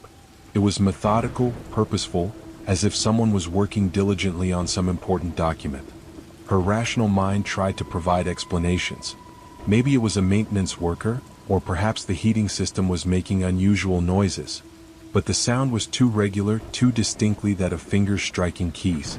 And who would be typing in the basement at midnight? The smart thing to do would be to ignore it, to continue with her work upstairs. But Sarah had always been curious, and the mystery of the sound gnawed at her. She closed the ancient book carefully and made her way back to the elevator. The basement button was still covered with tape, but she peeled it off and pressed it. The elevator descended with a mechanical wheeze, and she felt her stomach drop as they passed the first floor and continued down. She'd never even realized the library had a basement. When the doors opened, she was greeted by a wave of cool, stale air that smelled of old paper and something else, something organic and unpleasant. The basement was larger than she'd expected, with concrete floors and fluorescent lights that flickered intermittently. Rows of metal shelving held boxes of archived materials, and in the distance she could see what looked like old furniture covered in dust sheets. The typing sound was clearer now, coming from somewhere deeper in the basement. Sarah followed the sound, her footsteps echoing in the cavernous space. She passed rows of storage, old newspaper archives, and boxes labeled with years dating back to the 1940s. As she moved deeper into the basement, the fluorescent lights became more sporadic, leaving pools of shadow between the islands of harsh light. The typing grew louder, more insistent. And then she saw it, a soft glow emanating from behind a wall of filing cabinets. Sarah approached slowly, her heart beating faster. She could hear not just the typing now, but also the faint sound of papers rustling, as if someone was organizing documents. The rational part of her mind screamed at her to turn around, to go back upstairs and call security. But her curiosity was stronger than her fear. She peered around the edge of the filing cabinet and saw something that made her blood run cold. There, at a small desk illuminated by a single desk lamp, sat a figure hunched over an old typewriter. The person, if it was a person, was translucent, flickering slightly like a bad television signal. They wore clothes that looked like they were from the 1950s, and their fingers moved with mechanical precision over the keys. Sarah watched in fascination and horror as the figure typed, paused to examine a page, then continued typing. The desk was surrounded by neat stacks of papers, and she could see that the figure was copying text from handwritten documents onto typed pages. It was like watching someone from the past, trapped in an endless loop of work. She must have made a sound, a gasp or a sharp intake of breath, because the figure suddenly stopped typing and turned toward her. Sarah found herself staring into the face of a middle-aged man with hollow eyes and pale skin. He looked at her with an expression of infinite sadness and opened his mouth as if to speak. But instead of words, what came out was a sound like wind through dry leaves, a whisper that seemed to come from very far away. The records must be preserved. Sarah stumbled backward, knocking into a filing cabinet. The metal drawer slid open with a crash, and manila folders spilled onto the floor. When she looked up, the figure was gone, but the typewriter continued to click away by itself, the keys depressing as if pressed by invisible fingers. She ran. There was no shame in admitting it. She ran as fast as she could through the maze of storage, past the flickering lights and the boxes of forgotten history. She didn't stop until she reached the elevator, and even then, her hands shook so badly she could barely press the button for the first floor. Back in the safety of the main library, Sarah tried to rationalize what she'd seen. Stress from starting a new job, perhaps, or the power of suggestion from those strange notes she'd found. But the image of the transparent figure at the typewriter was burned into her memory, and she couldn't shake the feeling that she'd witnessed something genuinely supernatural. She decided to do what any good librarian would do: research. If there was a ghost in the basement, there had to be some record of it, some historical explanation for what she'd witnessed. She started with the library's own archives, pulling up old newspaper clippings and staff records on the computer. What she found made her stomach turn. The Whitmore Public Library had a history of mysterious incidents dating back decades. Staff members had reported strange sounds, unexplained phenomena, and several had quit suddenly without explanation. But the most disturbing discovery was an obituary from 1953. Harold Grimsby, 47, head archivist at Whitmore Public Library, was found dead at his desk in the basement archives on Tuesday morning. Mr. Grimsby, who had worked at the library for 15 years, was known for his dedication to preserving historical records. He was discovered by the morning cleaning staff, apparently having worked through the night on a cataloging project. Sarah read the obituary 3 times, her hands growing colder with each reading. The description of the man matched what she'd seen in the basement: middle-aged, wearing clothes from the 1950s, and obsessed with preserving records. But if Harold Grimsby had died in 1953, what was he still doing in the basement? She dug deeper into the archives, looking for any other references to Harold Grimsby or unusual incidents at the library. What she found painted a picture of a man who had become increasingly obsessed with his work in the months before his death. Coworkers reported that he'd been staying later and later, often working until dawn. He'd claimed to have discovered something important in the library's collection, something that needed to be properly documented before it was lost forever. The last entry in his personnel file was a handwritten note from the head librarian: "Harold has been exhibiting increasingly erratic behavior. He insists that there are voices in the walls guiding him to important documents. I've scheduled a meeting with him for next Monday to discuss his workload and mental state." Harold Grimsby had died the weekend before that meeting was scheduled to take place. Sarah leaned back in her chair, processing what she'd learned. If Harold's ghost was still in the basement, still trying to complete his work, then perhaps the strange phenomena at the library weren't malevolent, just the desperate efforts of a man who couldn't let go of his life's work. But as she sat there in the quiet library, surrounded by the familiar comfort of books and knowledge, she began to notice other sounds. A faint whisper from the direction of the fiction section. The soft sound of pages turning when no one was there. And from somewhere above her head, the creak of floorboards as if someone was walking slowly through the stacks. Sarah looked at the clock on the wall. It was nearly 2 a.m. She still had 5 hours left on her shift, and she was beginning to understand why the position had been vacant for so long. The library wasn't just a repository of books, it was a place where the past refused to stay buried. As the night deepened, Sarah found herself becoming more attuned to the subtle sounds and movements that filled the library after dark. What she had initially dismissed as the settling of an old building now seemed purposeful, almost communicative. The whispers she'd heard weren't just random noise, they had a rhythm, a cadence that suggested conversation. She decided to investigate the fiction section, where she'd first noticed the whispered voices. Armed with a flashlight and her newfound knowledge about Harold Grimsby, she made her way through the darkened stacks. The whispers grew clearer as she approached, and she realized they weren't coming from the books themselves, but from the walls behind them. Sarah pressed her ear against the wall between 2 bookcases and listened. The voices were faint but distinct, multiple people having what sounded like a heated discussion. She could make out individual words now: "must be protected," "they don't understand," "the knowledge will be lost." Following the sound, she traced her hand along the wall until she found what she was looking for, a section where the whispers were loudest. The wooden paneling here was slightly different from the rest, and when she pressed against it, she felt it give slightly. A hidden door. It took her several minutes of careful searching to find the mechanism, but eventually she located a small lever disguised as a decorative element in the wood carving. When she pulled it, a section of the wall swung inward, revealing a narrow staircase leading upward. The whispers were coming from up those stairs. Sarah hesitated. Every instinct told her to leave this alone, to close the hidden door and pretend she'd never found it. But the same curiosity that had driven her to become a librarian now compelled her to climb those stairs.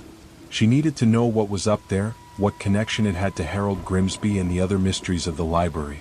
The staircase was narrow and steep, clearly built for utility rather than comfort. As she climbed, the whispers grew louder, and she began to make out more of the conversation. Multiple voices, all speaking urgently about preserving something, protecting it from those who would misuse it. At the top of the stairs, she found herself in a small room that she realized must be directly above the rare books collection. The room was filled with filing cabinets, desk, and what appeared to be a makeshift laboratory.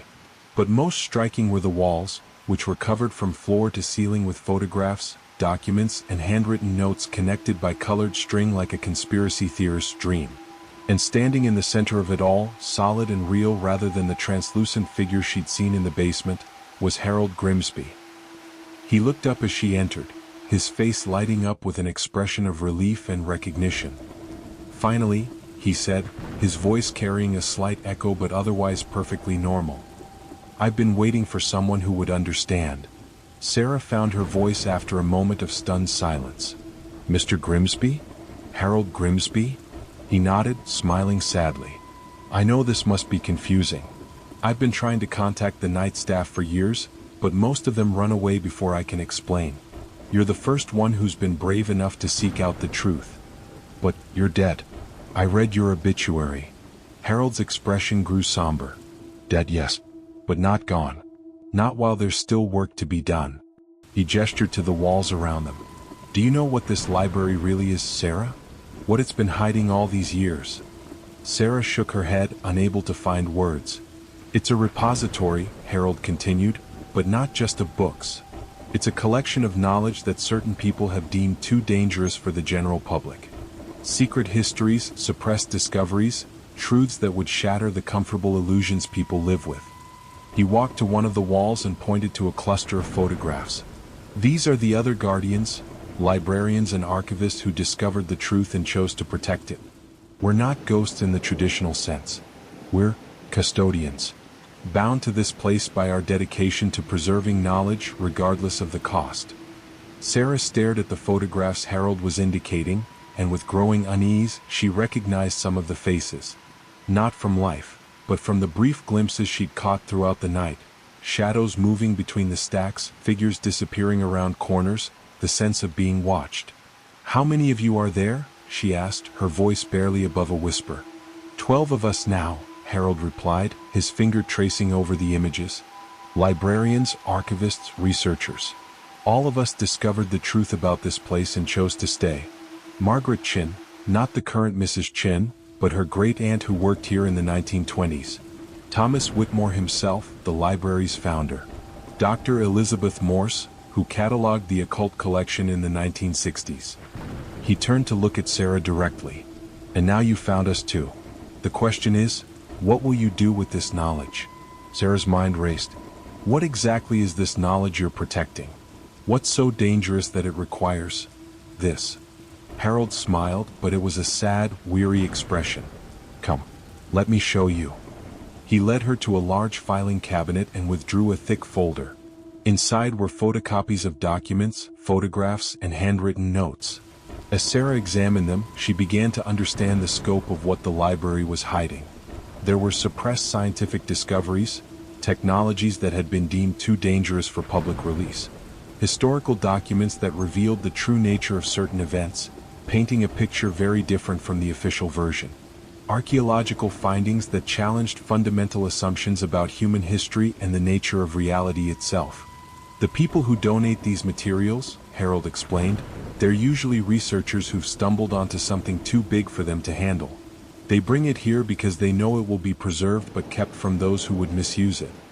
Sarah picked up a photograph that showed what appeared to be some kind of archaeological dig. The image was grainy, but she could make out strange symbols carved into stone and artifacts that didn't look quite human. This is from 1967, Harold said, noting her interest. Dr. Morse was the one who cataloged these materials. The expedition was officially reported as a failure, but the truth is they found something that shouldn't exist. Something that suggested our understanding of human history is fundamentally flawed. And you've been protecting this for 70 years? I've been protecting it. The others have been here longer. Harold moved to another section of the wall, pointing to a daguerreotype that looked like it was from the 1800s. Thomas Whitmore founded this library after he discovered certain irregularities in the historical record. He designed it specifically to house materials that couldn't be trusted to universities or government institutions. Sarah felt a chill as she began to understand the implications. So everyone who works the night shift eventually finds out about this? Not everyone, Harold said softly. Most people sense something is wrong and leave quickly. But those with true intellectual curiosity, those who can't ignore a mystery, they tend to dig deeper. Like you did. He paused, studying her face. The previous night archivist, Jennifer Morrison, lasted 3 months before she found this room.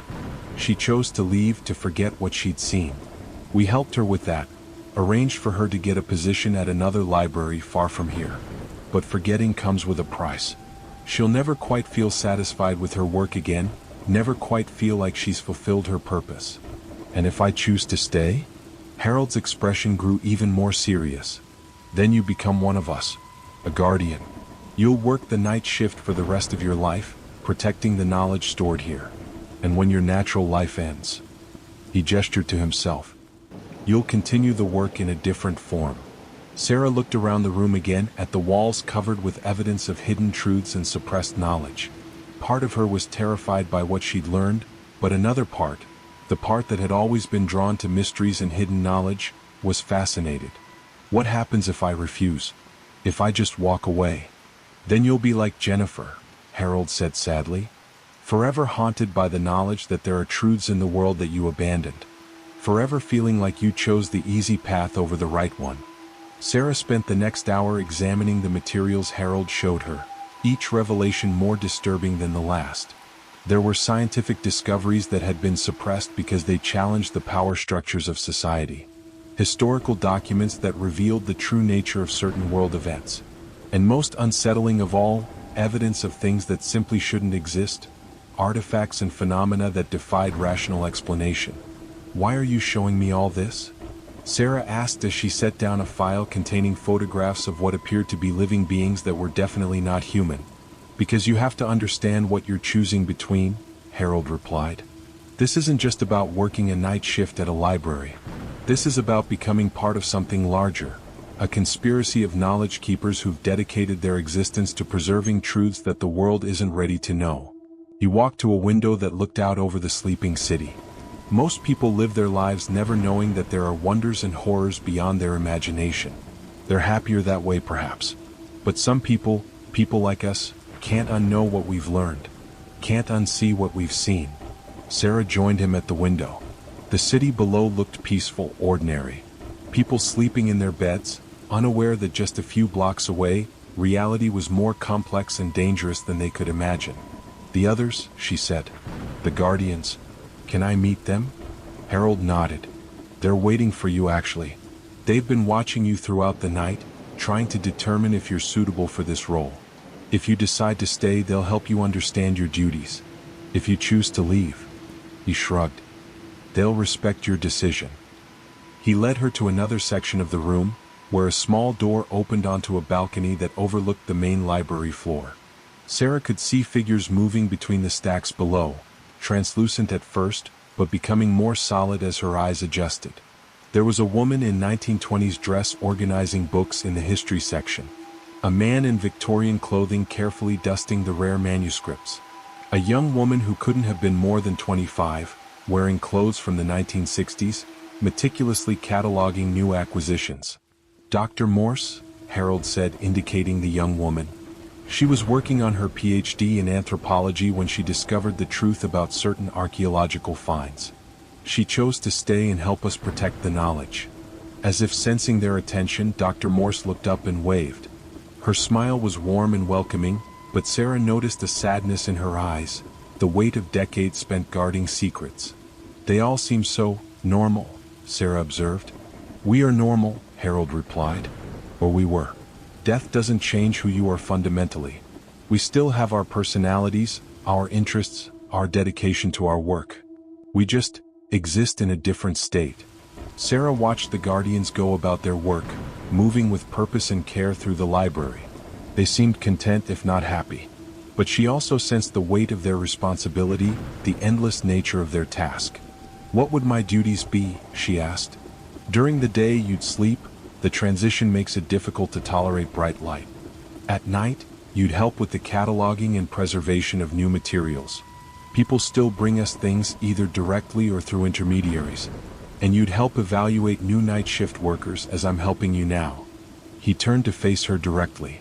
But Sarah, I need you to understand something. This choice, once made, can't be undone. If you become a guardian, you'll be tied to this library for eternity. Your life as you know it will end even if you don't die immediately. The weight of the decision pressed down on Sarah.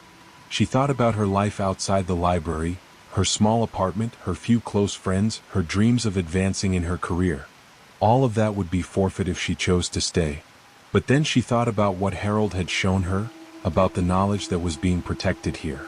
Discoveries that could change the world, histories that could reshape human understanding, mysteries that had driven people to dedicate their very souls to preserving them. "How long do I have to decide?" she asked. Harold checked an antique pocket watch. "Dawn is in 3 hours. If you're going to leave, you need to go before the sun rises. After that," he shrugged, "the choice will be made for you." As Sarah struggled with her decision, Harold led her back down to the main library floor. The guardians continued their work around them, nodding politely as they passed but giving Sarah space to think. She could feel their eyes on her, not judgmental but curious, wondering what choice she would make. "There's something else you should know," Harold said as they walked through the stacks. "The knowledge we protect here, it's not just dangerous because it could be misused. Some of it is dangerous simply to know. There are truths about reality that can change a person fundamentally just by being aware of them." He stopped in front of a particular section of books that Sarah hadn't noticed before. The volumes here were bound in materials she couldn't identify, and the titles were written in languages that seemed to shift and change as she looked at them. "This is the collection that drove Thomas Whitmore to create the library," Harold explained. "Books that were never meant to be read by human minds. Knowledge that came from elsewhere. Most of the Guardians have never examined these materials closely. The risk is too great." Sarah felt a chill as she looked at the books. Even without opening them, she could sense something wrong about them, something that made her skin crawl and her vision blur slightly. "Why are you showing me this?" she asked. "Because if you choose to become a Guardian, you'll need to understand the full scope of what we're protecting. Not all knowledge is beneficial to humanity. Some truths are better left unknown." As if summoned by their conversation, Dr. Morse appeared beside them. Up close, Sarah could see that she was indeed quite young, probably only a few years older than Sarah herself. "Harold's being dramatic," she said with a slight smile. "Yes, there are dangerous materials here. But we're not constantly battling eldritch horrors or anything like that. Most of our work is quite ordinary: cataloging, preservation, organization.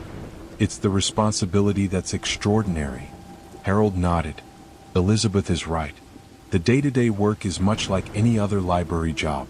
But the weight of what we're protecting, the knowledge that humanity isn't ready for, that's what makes this place special."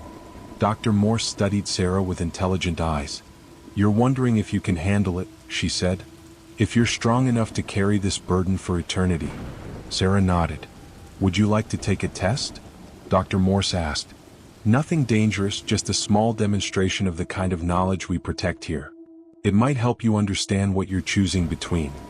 Sarah looked at Harold, who nodded encouragingly. "It's up to you. But Elizabeth is right.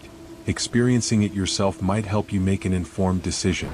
Dr. Morse led them to a small reading room that Sarah was sure hadn't been there a moment before. The walls were lined with books, and in the center was a comfortable chair and a reading lamp. On the small table beside the chair was a slim volume bound in what looked like ordinary leather. "This is one of the milder items in our collection," Dr. Morse explained. "It's the personal journal of a 19th century explorer who discovered something significant during his travels. Reading it won't harm you, but it will give you a glimpse into the kind of knowledge we protect." Sarah picked up the book. It felt normal enough. Leather binding, aged paper, nothing obviously supernatural about it. She opened it to the first page and began to read. The journal started ordinarily enough. James Whitmore, she realized this must be related to Thomas Whitmore, the library's founder, was documenting his expedition to a remote region of South America. His writing was clear and methodical, describing the journey, the landscape, the challenges of travel in the jungle. But as Sarah continued reading, the entries became stranger. Whitmore began describing ruins that weren't quite like anything known to archaeology. Symbols that seemed to move when he wasn't looking directly at them. Local indigenous people who spoke of old gods and warned him away from certain areas. And then came the entry that made Sarah's blood run cold. "Day 23, I have found it. The chamber that the locals spoke of in whispers. The knowledge they guard so carefully. I understand now why they were afraid. What I have seen here, it changes everything. The history of humanity, the nature of reality itself. I cannot unsee what I have witnessed. I cannot unknown what I now know." Sarah looked up from the journal, her hands shaking slightly. "What did he find?" "Keep reading," Dr. Morse said gently. The subsequent entries described discoveries that challenged everything Sarah thought she knew about human history. Evidence of civilizations that had existed long before recorded history. Technologies that seemed impossibly advanced for their time. And most disturbing of all, evidence that humanity was not alone in the universe, and never had been. By the time she finished reading, Sarah's worldview had been fundamentally altered. She understood now why Thomas Whitmore had felt compelled to create the library, why he had dedicated his life to protecting knowledge that could shatter the comfortable illusions people lived with. "How do you feel?" Harold asked as she closed the journal. Sarah considered the question. She felt different, as if she'd been carrying a puzzle her whole life and had suddenly been given several key pieces. The world made more sense now, but it was also more frightening and complex than she'd ever imagined. "I feel like I can't go back," she said finally. "I can't pretend I don't know these things." Dr. Morse smiled sadly. "That's what we all realized. Once you know the truth, really know it, you can't unknow it. The question is, what will you do with that knowledge?" Sarah spent the remaining hours of the night in the hidden room above the rare books collection, examining more of the materials the Guardians had accumulated over the decades. Each revelation built upon the last, creating a picture of reality that was far more complex and dangerous than anything she'd imagined. There were scientific discoveries that had been suppressed because they would have revolutionized energy production, and potentially given individuals the power to level cities. Historical documents that revealed the true nature of certain world events, showing how small groups of people had shaped the course of human history from the shadows. And most unsettling of all, evidence of non-human intelligence that had been interacting with humanity for millennia. As dawn approached, Harold rejoined her in the room. Through the window, she could see the first hints of light beginning to brighten the eastern sky. "It's almost time," he said softly. "Have you made your decision?" Sarah looked around the room one last time, at the walls covered with evidence of hidden truths and suppressed knowledge. She thought about her life outside the library, her small apartment, her job applications to other libraries, her dreams of a normal career in library science. But then she thought about what she'd learned during the night. About the knowledge that was being protected here, about the responsibility that came with knowing the truth about reality. Could she really walk away from this and pretend to be satisfied with cataloging ordinary books and helping patrons find romance novels? "If I stay," she said, "will I still be me? Will I still have my personality, my memories, my sense of self?" Harold nodded. "Death doesn't change who you are fundamentally. You'll still be Sarah, just in a different form.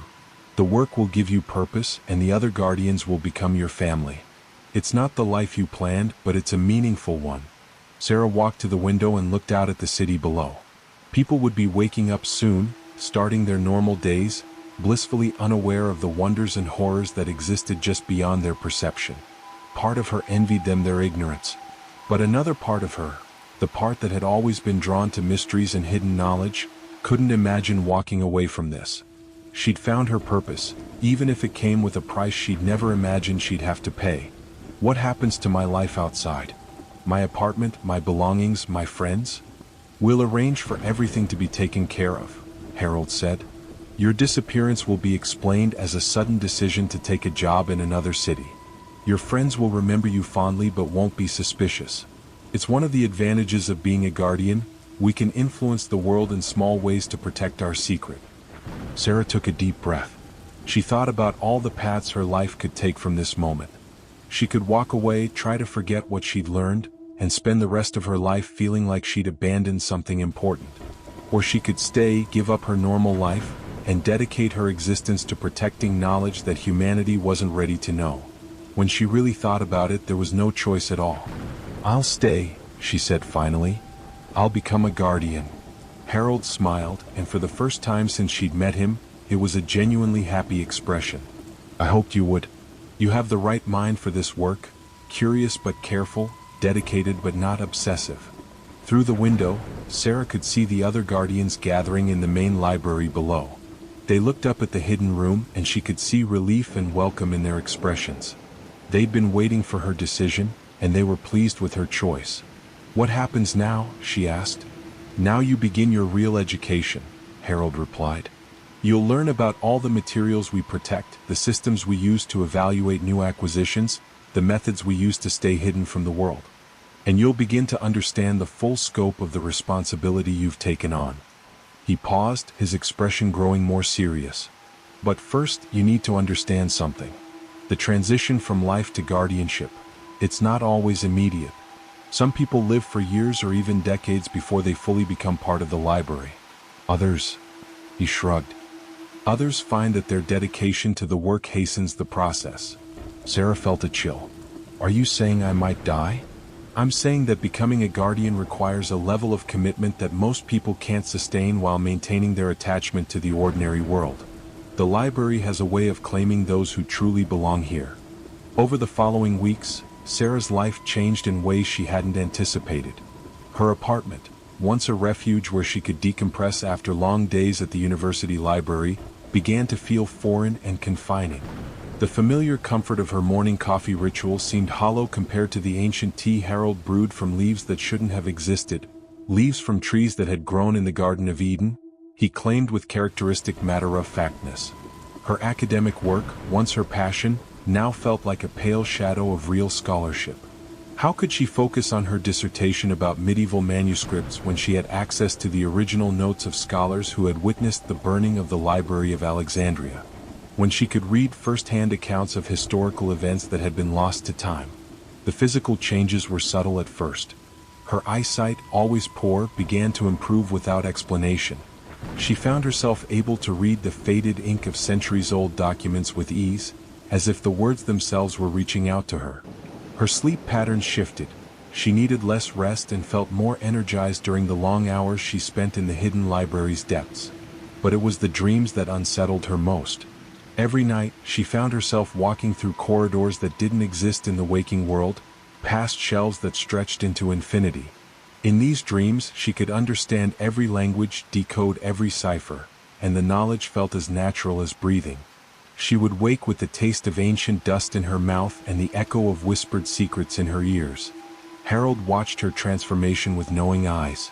"You're adjusting faster than most," he observed one evening as she catalogued a collection of prophetic texts that had been hidden since the fall of Rome. "The library is welcoming you." "Is this what happened to you?" Sarah asked, not looking up from her work. "Something like it, though my transition took longer. I fought it for years, tried to maintain my life outside these walls." He gestured to the surrounding darkness. "But the library is patient.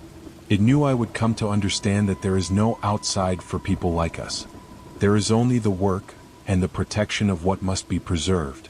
Sarah's hands stilled on the ancient parchment. "What about my family? My friends? What about them?"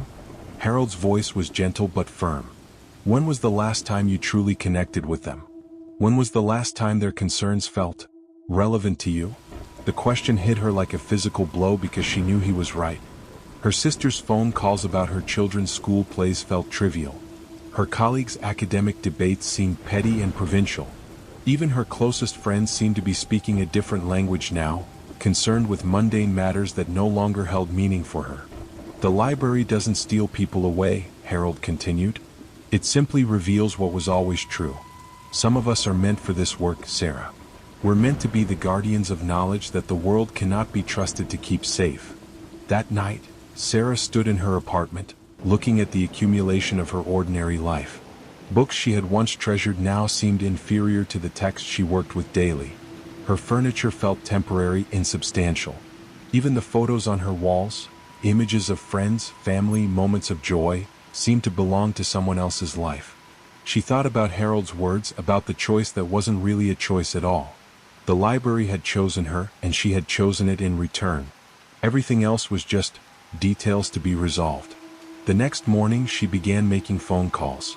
She withdrew from her doctoral program, citing health concerns. She gave notice on her apartment, telling the landlord she was moving out of state. She donated most of her possessions to charity, keeping only the few items that held genuine significance. Her sister cried when she told her she was leaving. "Where are you going? How will we stay in touch?" "I'll find a way," Sarah said, and meant it, though she wasn't sure what that way would be. When she returned to the library that day, Harold was waiting for her in the main reading room. He looked at her single suitcase and nodded approvingly. "Ready for the next phase of your education?" he asked. Sarah nodded, surprised by how right it felt to be cutting ties with the world above. What happens now? Now you learn about the deeper collections. The texts that require special handling. The knowledge that comes with greater responsibility. He paused. And you'll begin to understand why some secrets are worth becoming a ghost for.